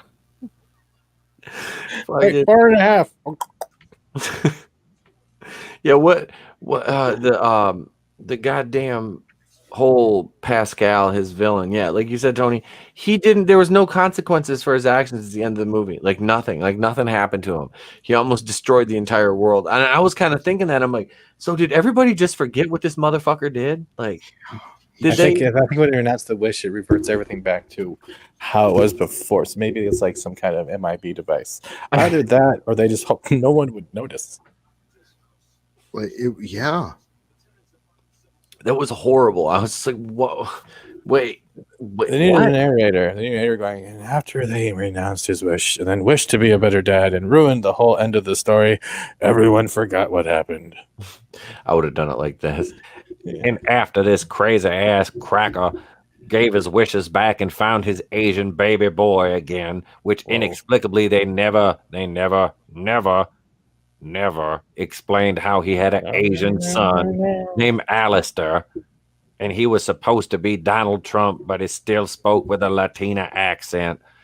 Latinx, excuse me for not being PC. I'm white, so I shouldn't even be allowed to do this impression. According to 2020 standards on diversity, I'm taking a job from a black man who could voice Cleveland. I'll represent the cat people, not to be associated with the deer Twitch girl, or the fucking furries. We don't kink shame here unless you're a furry. Then fuck, you're out.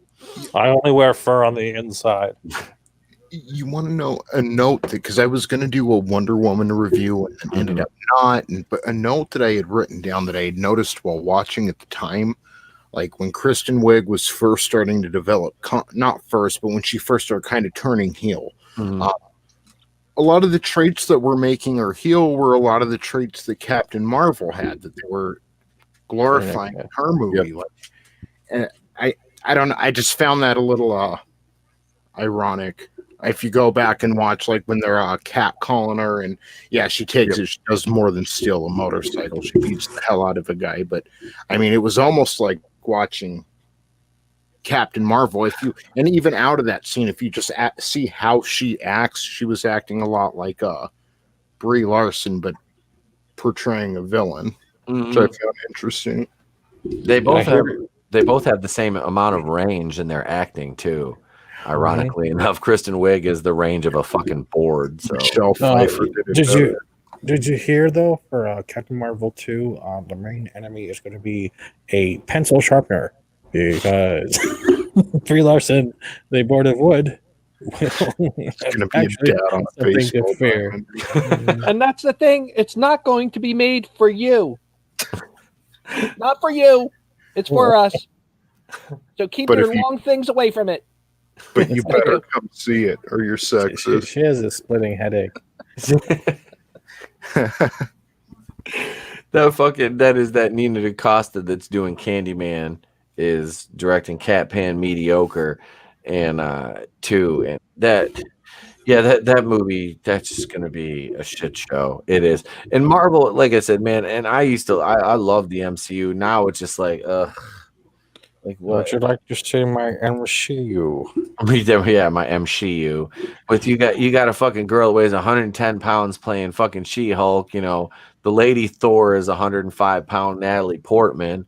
I mean, it's fucking ridiculous. It's like painful now. It's like you can't, you got little girl Hawkeye, Kate Bishop. You were gonna have Shuri as Black Panther until she got canceled. I'm sure. They'll watch. The Fandom Menace is going to get blamed in 2 years when Black Panther 2 comes out, and people are interviewing Leticia Wright and asking her why she's not on social media, even though we all know it was because weirdos with blue check marks chased her off for sharing an anti-vax tweet.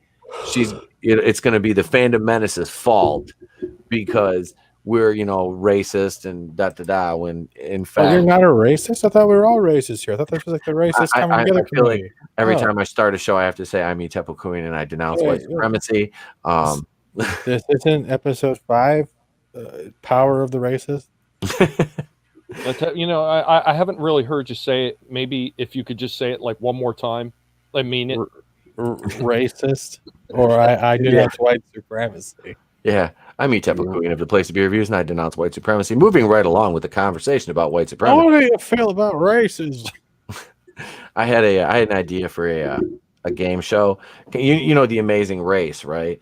Well, it would be Racists. Yes, The Amazing Racist, and it would be like a cross between Big Brother and The Amazing Race. You would have all these stereotypical challenges, like white people would have to like high jump or dance.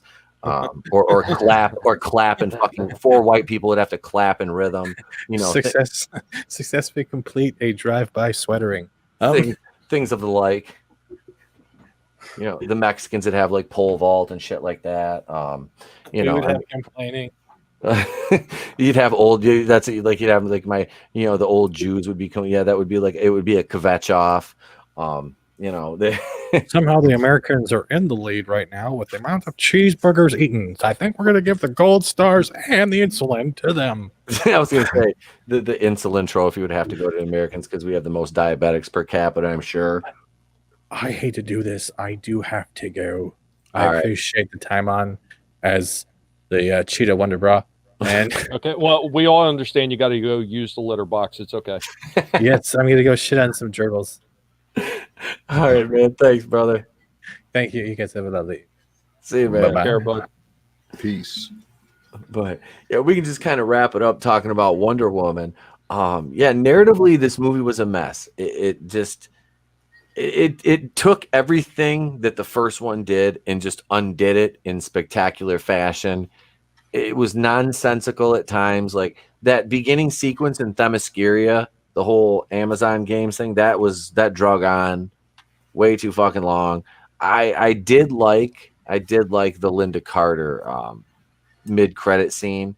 I did get a kick out of that because Linda Carter is she is Wonder Woman, and she's still absolutely beautiful. I don't know how old she's, like 70. She's beautiful, but I mean, yeah, this movie had so many issues, from just the main plot, the MacGuffin, the monkey paw thing. Like, why would you use a monkey paw in a Wonder Woman? It didn't make any sense. I don't know.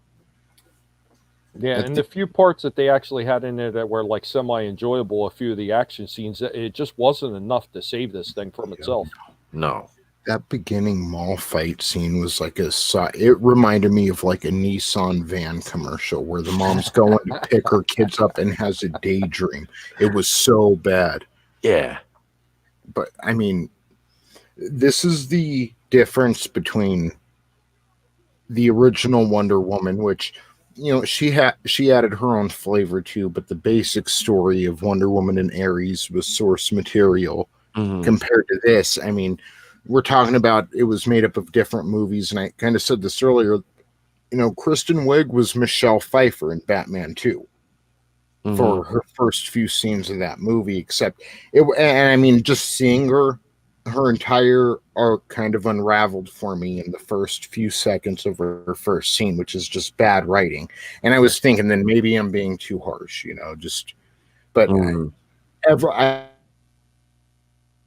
I could forecast for just plot point wise but I don't know. This is just what happens when you're not a good writer. She took a bunch from a bunch of different sources and kind of taped it together, and it was an incoherent mess, and questions were left unanswered. And one thing I'm glad about is half of fandom isn't pretending like this was a good movie. Everyone kind of agrees this was a shit show. Yep.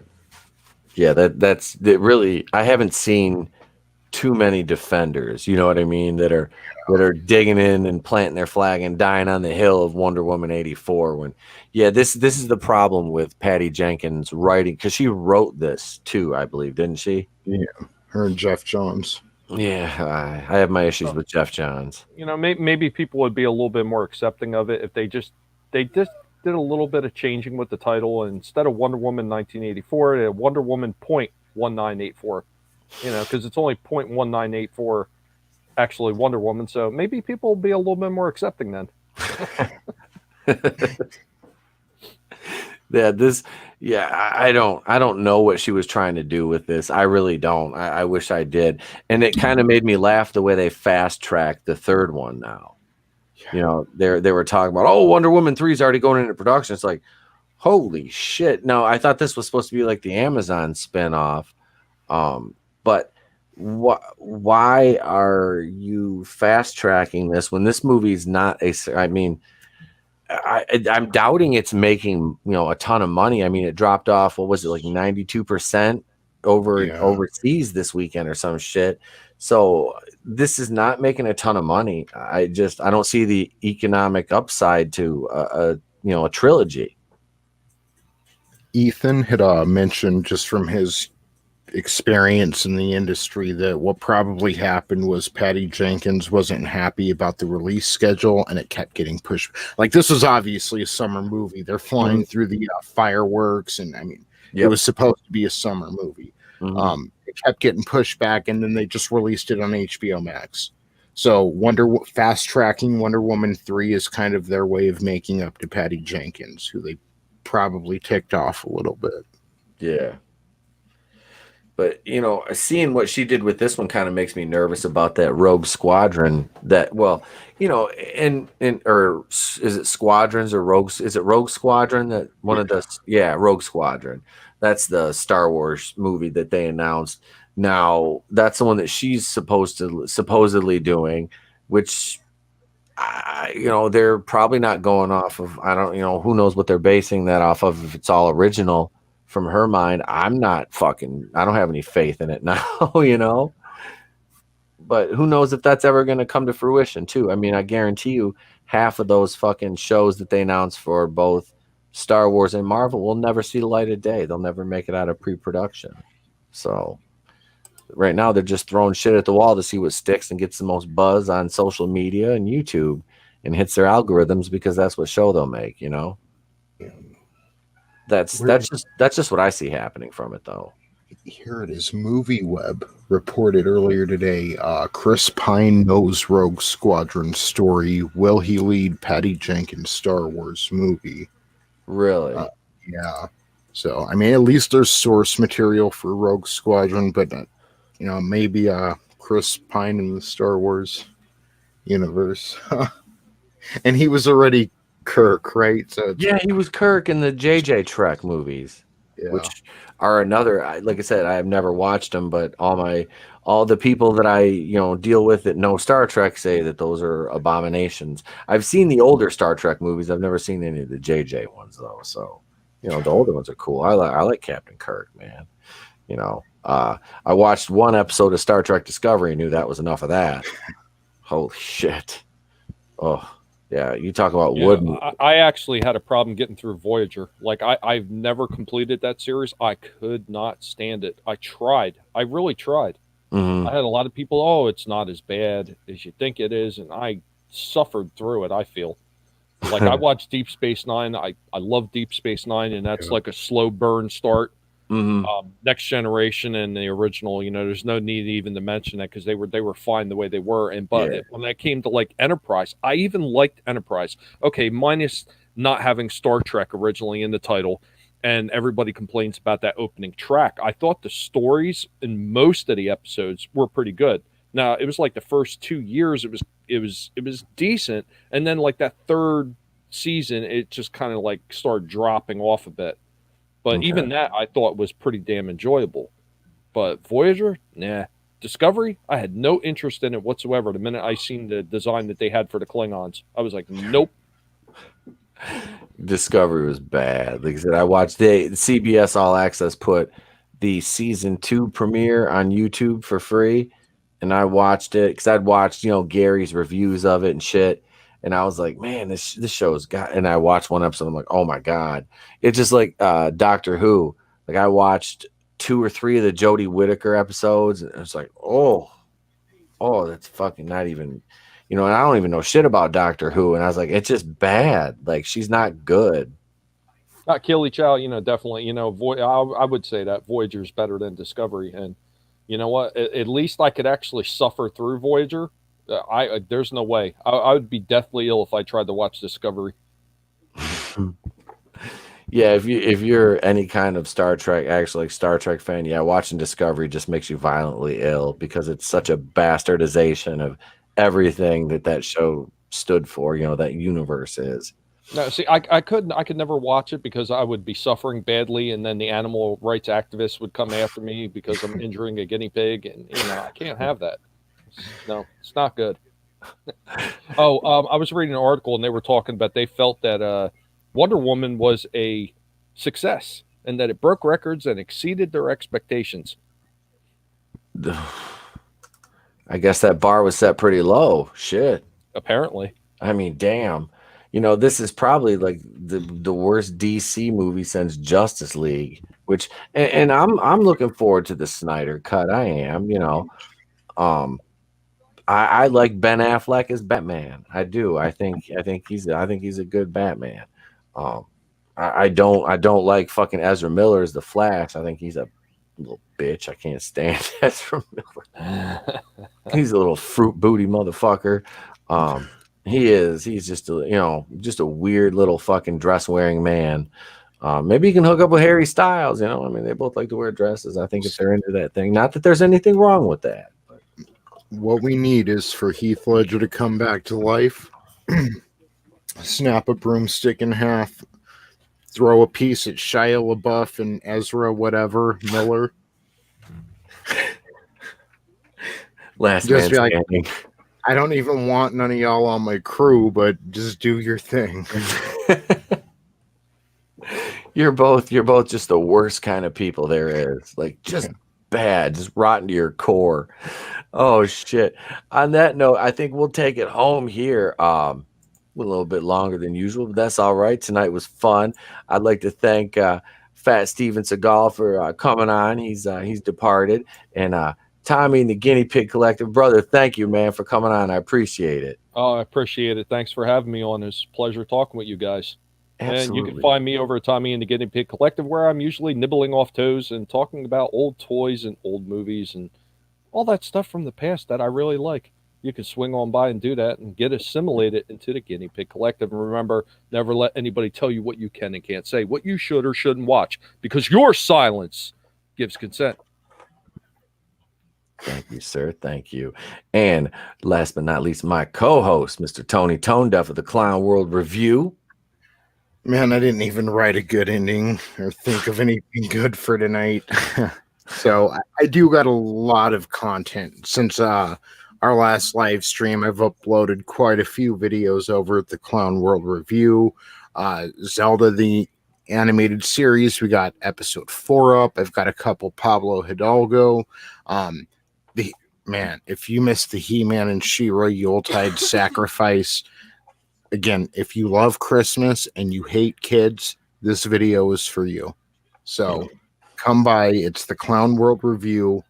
And I'm gonna be over at the Guinea Pig Collective getting assimilated, but you should come over to the Clown World Review before going to get assimilated. So thank you. Thanks, brother. And you were talking about old toys. I just picked this up. This is the repro, but not the a repro. Hiss. Yeah, I the Hiss. just seen that today too. Yep, I got one. It was the last one on the shelf in Walmart. I scooped it up. I was like, I never had one, and I sold a bunch of my G.I. Joe shit, and I was like, I wanted a Hiss tank, so I fucking bought that. I had to add that to the collection, and I also picked up this at a fucking thrift store, the Oregon Trail, a little handheld game, dude. I was like, yeah, the Parapro from my kid's school where I work.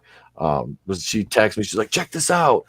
I was like, because we were joking around about Oregon Trail. And the kid does like, these kids today don't know the fucking pain of losing a wagon wheel while you're crossing the fucking river and grandma fucking gets dysentery and your oxen drown. You all died from dysentery. These kids don't know the fucking struggle of Oregon Trail, man. That show taught you Darwinism like that. So yeah, I'm gonna be playing that, and I got an NES Classic too. So I've been playing fucking Legend of Zelda like a motherfucker. I'm kind of at a sticking point right now. So I got to make more videos. I haven't released a single release since last Friday. I'm back from vacation now. I will probably get a single release out tomorrow. There's no live streams tomorrow. Come back Friday night, 7 p.m. Eastern till 8 p.m. for Fandom Menace Friday Night Live. Start your Fandom Menace Friday night right here, as Tony and I will have a guest, Alan Yoskovitz from Doom Scholar Studios, scheduled to appear. That's on New Year's Day. We're making sure he's going to be available still, but yeah, if not, we'll have a guest on, and we'll probably have a good hour-long conversation. I'll have some single releases, and then we'll be back next Monday for episode 133 of Monday Night Going In Raw. So until then, ladies and gentlemen, I'd like to thank my panel, Tommy and the Guinea Pig Collective, Fat Steven Seagal, and of course my co-host Tony ToneDef. Thank you all for being here this evening. I'm Tepokuin of the Place to Be Reviews. I've been here with all of yous, and remember, if I don't see you, have a great day and a pleasant tomorrow. I'll catch you on the next one.